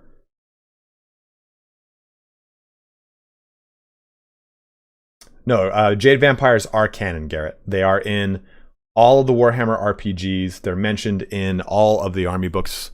They're definitely canon. Now, they're also in Black Library publications. That's the important thing there. So they're officially a part of a wider, expanded portion of the canon that is outside of just simply army books and RPG. They have a really big presence.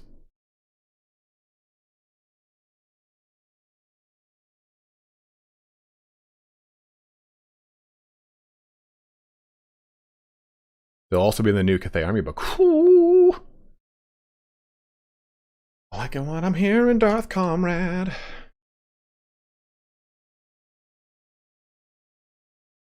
Crystal Krith asked, are Jade Vampires evil? Here. I have Jade Vampire. There you go. Here's all my little info on the Jade Vampires.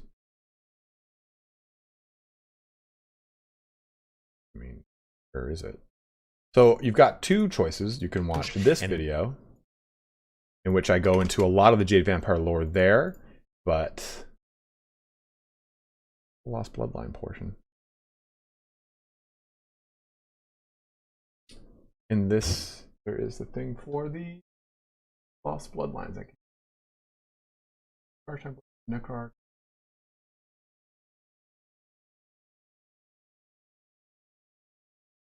Oh, it's this one. So this other video, I cover the Jade Vampires. So the Jade Vampires, though, are the one of two of the five. There's 7 total vampire bloodlines, right? You have got Long Beach. What do you mean? You have got Lamians, von Karstein. You have got Necrarch, Strigoi, and Blood Dragon. Did I say Blood Dragon? That's over here. Lamian, Strigoi, Necrarch, von Karstein, Blood Dragon. Yes, that's 5. And of those 5, you have got 2 more. The I can't remember the name of the ones that are in Araby. You have an Araby bloodline, and then you get the Jade Vampires. And these are the 2 that, with the fall of Nehekara, one went east and one went northwest, went west. The one that went west created the Araby vampires, which are basically like insect things. They have like cloaks of insects that they're very fucking creepy. I don't like them. Then the ones that go east basically infiltrate into Cathay, and they become these vampires that are basically addicted to opium, more or less. Put the map picture on your Discord server. Sure, so man, I will. It's not really opium; it's something else. And they just like suspend their life like preternaturally longer than most vampires. So they live kind of extremely in the shadows, and they pull this huge web of just like lies and deceit and strings all throughout Cathay. That's kind of like their big thing, is they work way more from the shadows, even more so than Lamians, which are kind of like, you know, courtesans and spies amongst a lot of the nations of the world. And they live like right there in the court. These people are like completely hidden away, and they have a ton of agents who do all their bidding, and very few people even see Jade Vampires. But who's the head of Lamian Vampires? Silver Pinnacle. Neferata has conversations and consorts with the people, the Jade Vampires of the East, and discussions with them because she spent a time with the Jade Vampires. So there is actual presence of the Jade Vampires in the Black Library books. Yeah, Bryce, I just shared that video right here. They're in that portion of the video. Beach like chasm. Beach? Chasm? There's no silent H in Californian pronunciation, apparently. Yeah, what the fuck are you talking about, Travers? Who calls it a beak? Oh yeah, come on down to Long Beak. What do you mean, man? Californian pronunciation? Most of Southern California is Latino or Hispanic. And there is ton of silent J, which has got an H sound. You're fucking with my brain right now, man.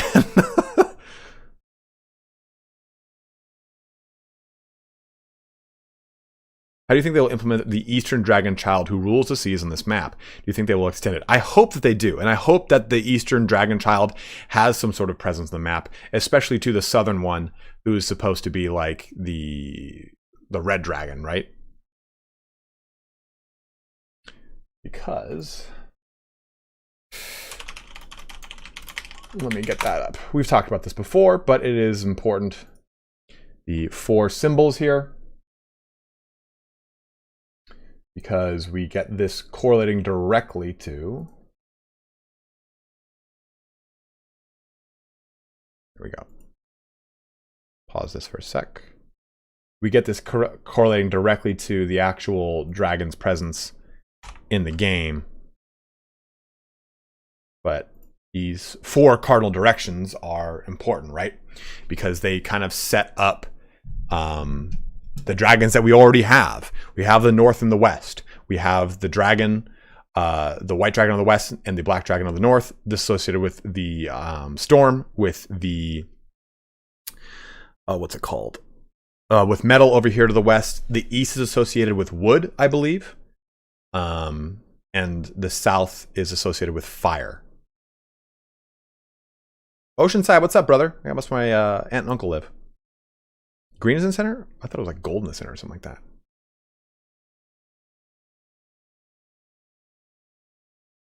Chasm? Yeah, it's a chasm to me, man.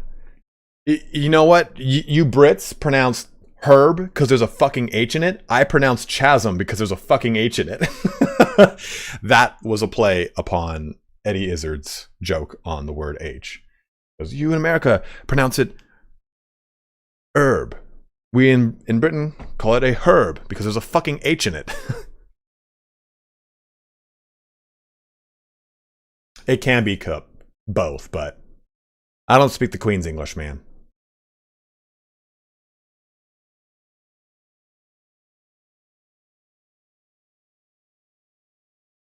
Sometimes blue and green get swapped. Okay, interesting.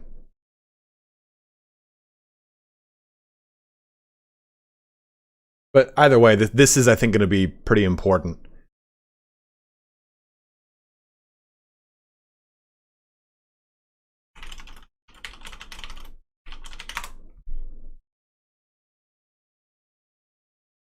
Non parlo italiano, fratello.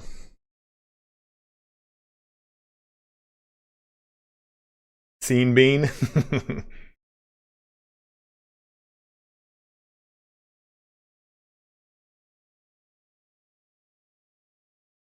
Dojo, don't make me go into rhotic speech. I'll get all sorts of linguistic up with you guys right now.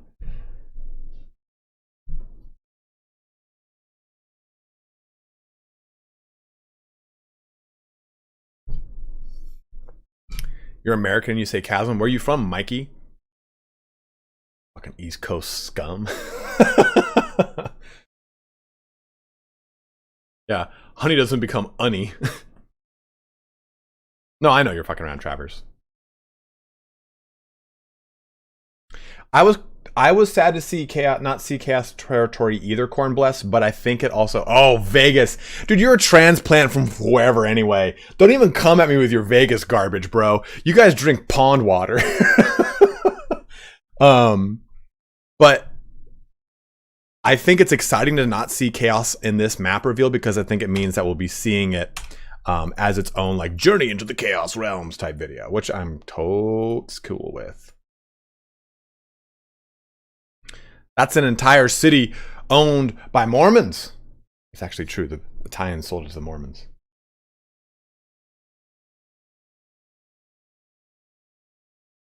I mean, chasm, you could say it if you want, but I prefer chasm.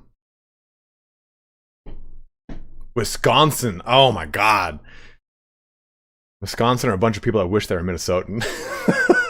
I'm kidding. So my best friend and roommate in college was from Minnesota, and he'd be like, "I'm like, oh, did you ever go to Wisconsin?" He goes, I don't really like Wisconsin. He had all this shit to talk about Wisconsin. I didn't know it was a big deal.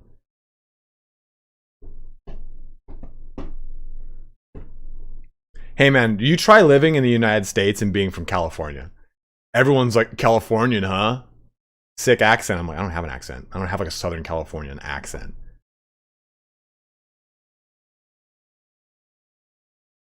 The Southern Californian accent is like absolutely like this, you know, like, dude, it's just also in the front of the mouth. It's just completely annoying. You're like, I just can't. This is just like not the way people should speak. Like, oh, these fish tacos down the street, man, absolutely on point. And everybody who thinks if you're from California, they think you're just like completely over the top, like gotta have a kale salad with every meal, dude. Let me tell you, I eat meat with every meal, bro. Like, don't even like hit me with that noise. That's that Southern Californian dross. It's because of the valley. It polluted our good name.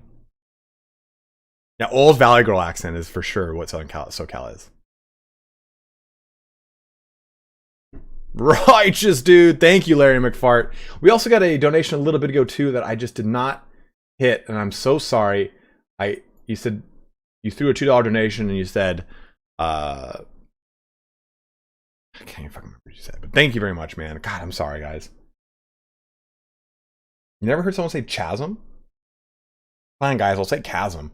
You guys have no idea what it's like to own or run a YouTube channel and have people critique every little thing you say because everyone in the world says stuff differently.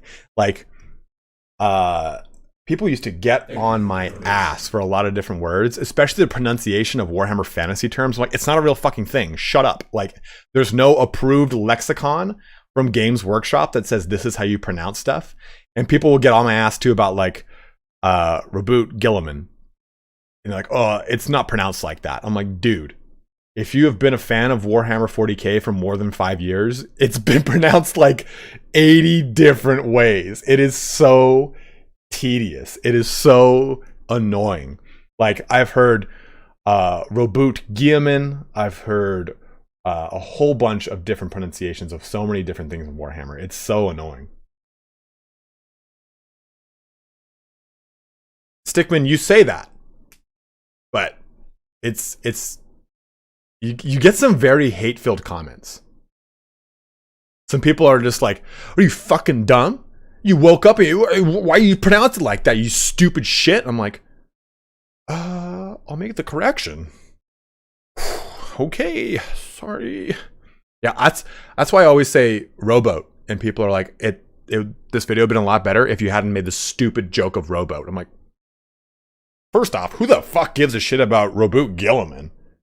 Robot Girlyman is one of my favorites.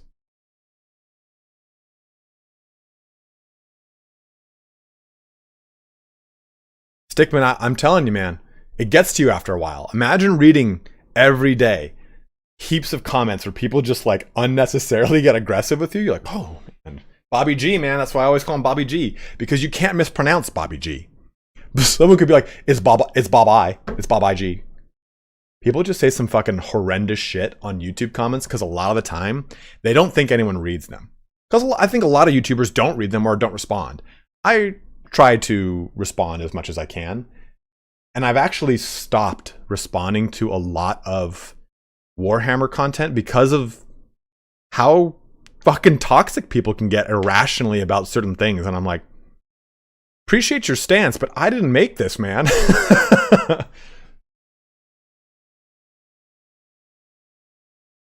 Angela, what's up?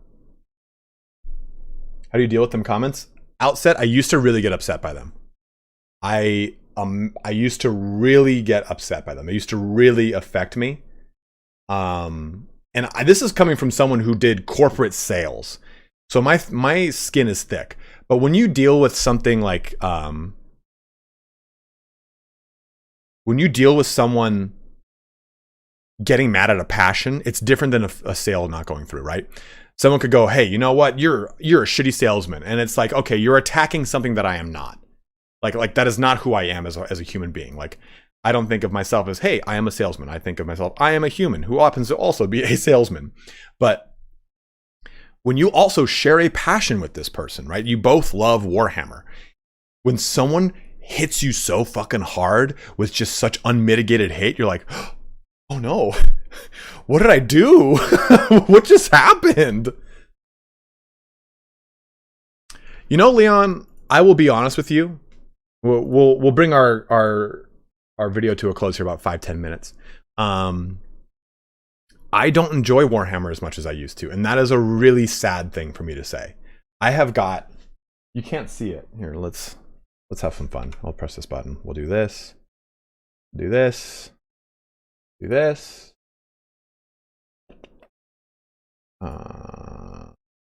Move this effect.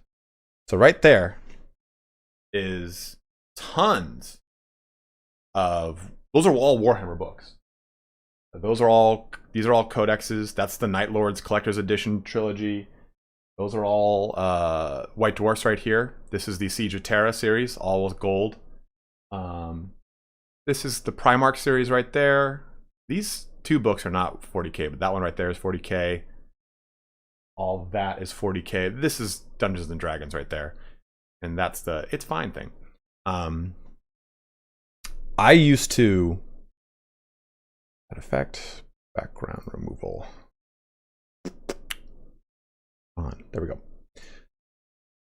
That's such a small collection though, Leon. That's just, every time I move, I buy a new bookcase every time I move because they're like 15-20 and I fill it with the next set of books I'm buying. But I've been playing Warhammer since I was 10 years old, and I'm 34. That's 24 total years of playing. And I used to read Warhammer books all the time. I played all the time when I was a kid. When I went away to college, I stopped playing, but I wouldn't stop reading. I was burning through the Horus Heresy. It was such a fun part of like my college upbringing. I was like kind of like always having like a very heavy fantasy world to jump back into. But honestly, like it got, and this is something that I've always had in the back of my head, you know, like you think about these fantasy worlds that you take part in and you daydream about it and you fantasize about yourself in that world and what it would be like, right? We were all kids, right? Being 16, 17 and thinking about, oh, what if I was that Dragon Ball Z character here defending the school? Like that stuff happened when you're a kid. But this is something that's always been a part, like an underlying current of who I am. And I'll even like, I'm not even gonna lie to you guys. There are points when I'm going through like a really heavy lift when I'm training for Olympic lifting. And I will repeat quotes from some of these books in my brain because they're so epic and they mean so much to me. And what's bothersome is that people are so toxic and violent about it on the internet. For someone that they've never not been fans of for a long time, and I'm not trying to be like an old guard gatekeeper, I'm just saying like, yo, motherfucker, you've been playing for 4 years because you picked up Total War Warhammer or Dawn of War, eat cock. Like, I've been through the lows, the highs, the lows, and the highs. I've seen it all, and it doesn't matter to me. Like, I love this. It's like the prequels of Star Wars were cool with me because I got to see more Jedis, and that's all I gave a shit about. And when people get super violent with me about it, over time, it has turned me off. I have a box of Lumineth Realm Lords somewhere over there. I haven't put them together. I haven't painted them. I haven't played 9th edition, period, of 40k. I barely played 8th. And it was just because it has just been dragged through the mud so much by the community that loves it just as much as I do. That's the worst part about it. These people aren't coming at it from an angle of hate. They're coming at it from an angle of, hey, this is something that's super cherished by me, and everything in the world is just getting ripped apart when it comes to it getting pushed into the mainstream, right? Everything gets interjected with all these different idealisms that maybe they don't share or they don't like. And a lot of that stuff tends to turn people that are very compassionate into very, violent and angry people when it comes to protecting what is their escapism. And I understand that. I get it. But it's just gone too far. It's just bullshit. Like, we can't have female Space Marines. I don't give a fuck, man. Like, I just don't care. Like, if there's a female Space Marine, cool, whatever. I don't think there should be female Space Marines because I think Sisters of Battle are cooler than a female Space Marine could ever be. But that's not because I have a problem with it. It's because you've already created something cooler than a female Space Marine. Use that. Like, I just don't think that all the stuff that happens when it comes to people bitching about Warhammer has anything to do with any real Barons other than someone trying to protect their escapism. And I get it. I get it. Now, female Primarchs, I'd be down. Give me that big titty goth bitch. Female Primarch number 19.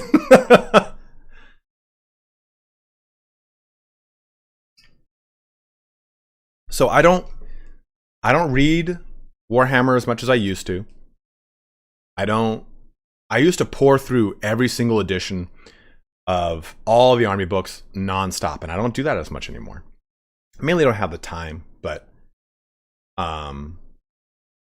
the females are not sisters are not female Space Marines. They have power armor, but they're not like advanced. They don't have gene seeds. They don't have all like the progenitor gland and stuff like that.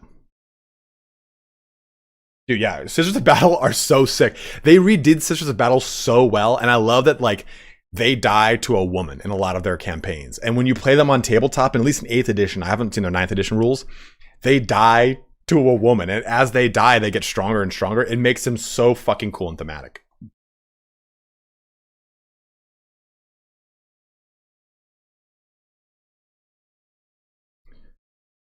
Okay, let me see what you're talking about.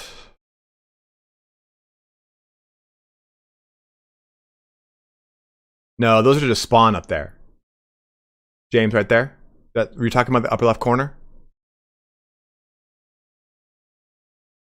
Blanks are really sick. That's a good point, man. Sisters of Silence were such a really good change and inclusion into the lore. Yeah, there's another part where they're kind of over here in the Mountains of Morn somewhere.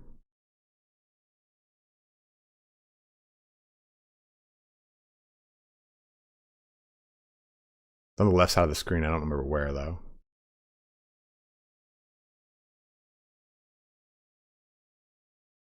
Oh, absolutely, Revelance. It's why I don't cover 40k or fantasy lore on the channel anymore. Ah, right there, right there. Oh, they're just little pink and blue horrors. I don't cover them anymore because I have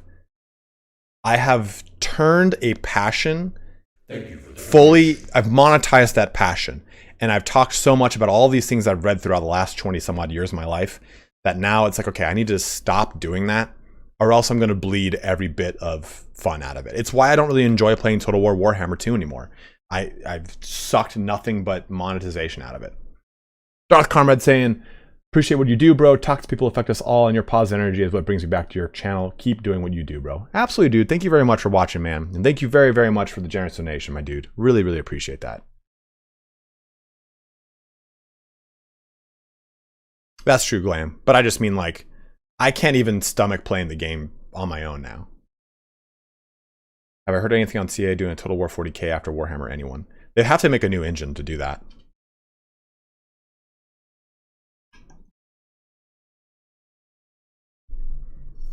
A side bitch.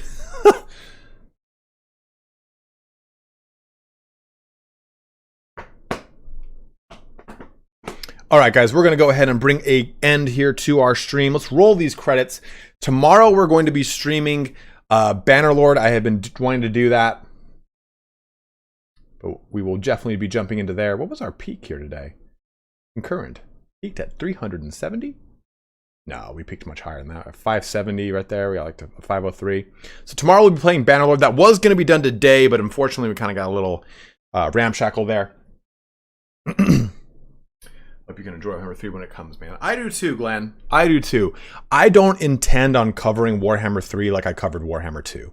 And for some people that might be really disappointing, but for me, you have to think of it this way. I'm excited to play Warhammer 3 and I want to enjoy it. I'm going to cover my beginner's guide for Warhammer 3. I'm going to do, is it right for you campaign videos, and I'll probably do other guides related to the game. But as long as I do that and I don't jump into a ton of granular breakdowns of every little thing, it stays fresh and fun and cool for me. Like, I still love playing Bannerlord, and I've logged over 600-700 hours into it. I still love playing Crusader Kings, and I've logged so many hours into it. So I'll stream more and make less content, like actual VODed content, and it allows me to enjoy the game with you guys versus feeling like I'm always having to, oh, I just saw that. That's really cool. I should probably make a video about that, or I should talk about that thing, or I should do something about that thing. So that's probably the better way for me to do it. Thank you again, Rewinger. Huge donate, 300 total Norwegian kroner from you, man. So thank you very much. Rewinger helped me out with a really cool speculation video for Age of Empires 4 for the Danes. So thank you very much, man, again. Yeah, I love Troy. Troy was a great game. People shit all over it, but I thought Troy was, especially when Troy Mythos came around, was primo. Let's go ahead and go through those donations again. I have to go to Streamlabs.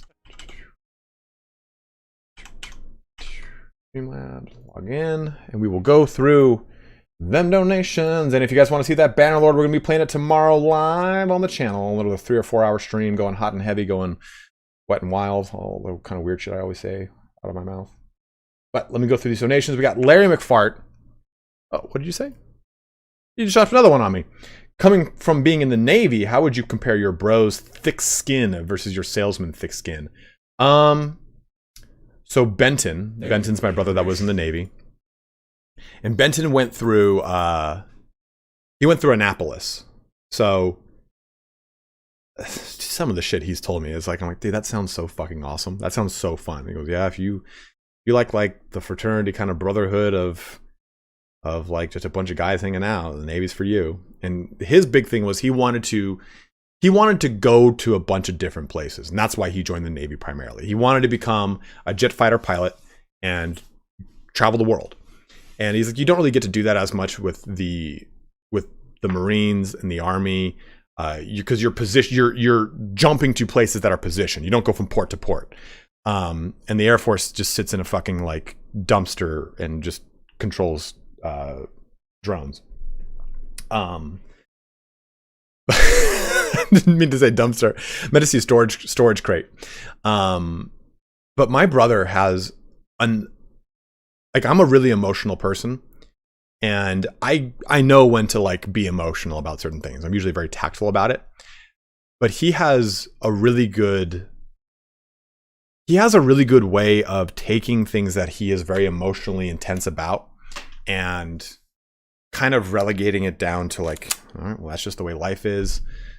Gotta kind of move on. Like, he deals with breakups so much better than anyone I've ever met. And it's not that he hides his emotions.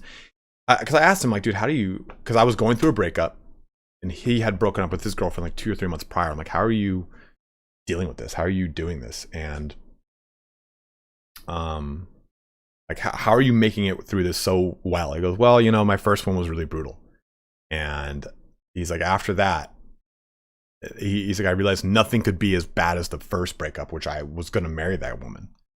So it put into perspective for me, loss of a loved one when it comes to like relationships is just going to not ever be as bad. And I know I made it through it before, so I'll make it through again. So he has a really good way to frame his emotional perspective on things, which I've always been able to really admire, because I like every time I hit like a really huge emotional speed bump for myself, it hits me hard. And like, I definitely process it, I think, very well. And I talk about those things very succinctly with people around me. I have a strong support system, but his like thick skin is different than mine in that you can fling insults at me and I'll either crack back at you quickly or they just won't bother me. People don't really insult him because he just is not really that kind of person. Like, he doesn't put himself in the way of insult. I'm more loud and boisterous and he's more subdued and quiet. But his thick skin is different. Like, he's definitely seen some shit. Like, I will say his thick skin also applies to the world better than mine. Like, stuff like COVID, rightfully so, scared the ever-loving shit out of me in the very beginning. He's been through some things. He knows some stuff logistically of how stuff works. He understands how, not even just the way like a battle group corresponds, because he was an officer. So he actually had to deal with how battle groups respond, talk to each other using their a special communication array I can't remember the name of. Fuck, it's just a chat channel. It's an old fucking chat channel. Yeah, he does. He does. He used to be a Hawkeye weapons engineer. And then when he got grounded, they made him into this. But he has a good mind for the way the world actually works because he's kind of seen behind that. And he gets to get like all the cool like Pentagon briefings about this and that and this. Hey, you're an officer. These are the things, blah, blah, blah, blah. Like all that kind of shit. So he sees stuff like that and doesn't respond with outright fear. Close the door, lock the window. The virus is outside the window. Like he just has a good mind for that stuff. And I've that's another thing I've always like envied him on, because he just has a good perspective on things, how they work, how the world actually works, because he's been a part of it and he's seen it with his own eyes and he's interacted with it. So that's a very long-winded way to answer your question, Larry.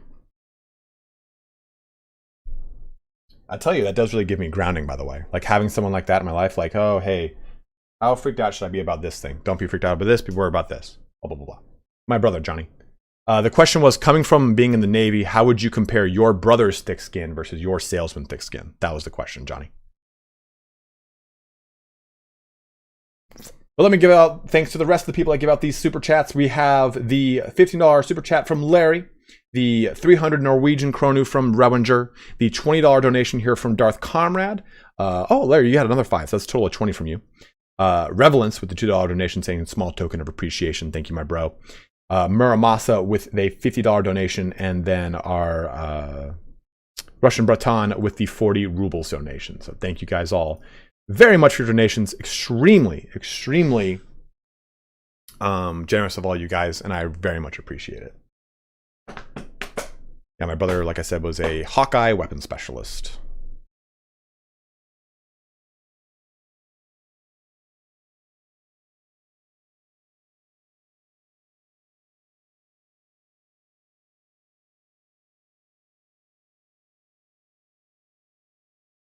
Cool, Fesson, I will, dude.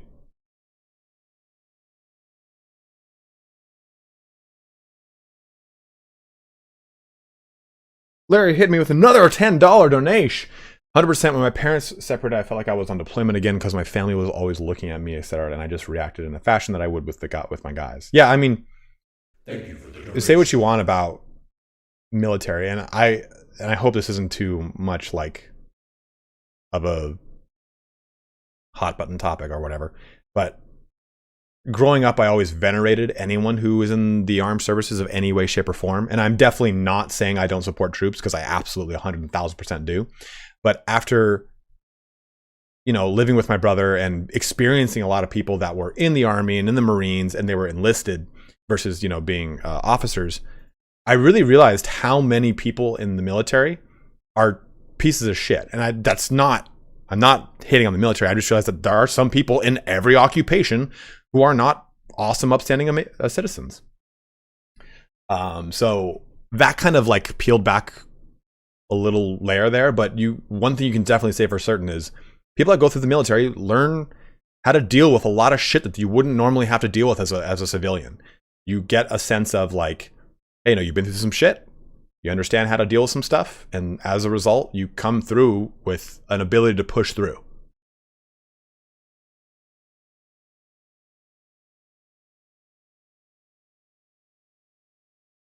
Live streams are a little bit more fun for me, Hitman, but I also do like making a lot of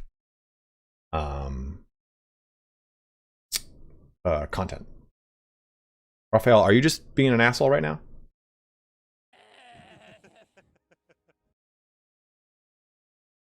Here, I'll do this. There you go. You can be an asshole somewhere else.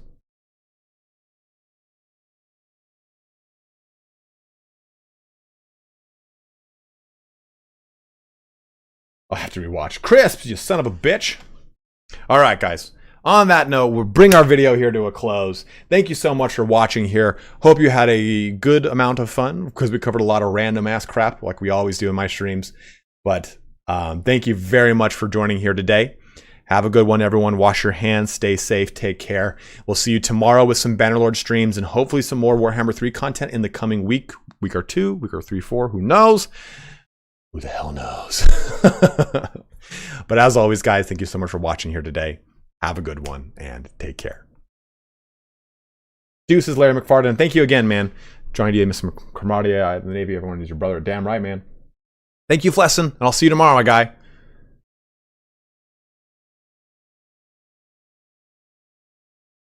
I don't know about being a good man. I definitely think I'm someone who's gone through some shit, and I learned what really matters.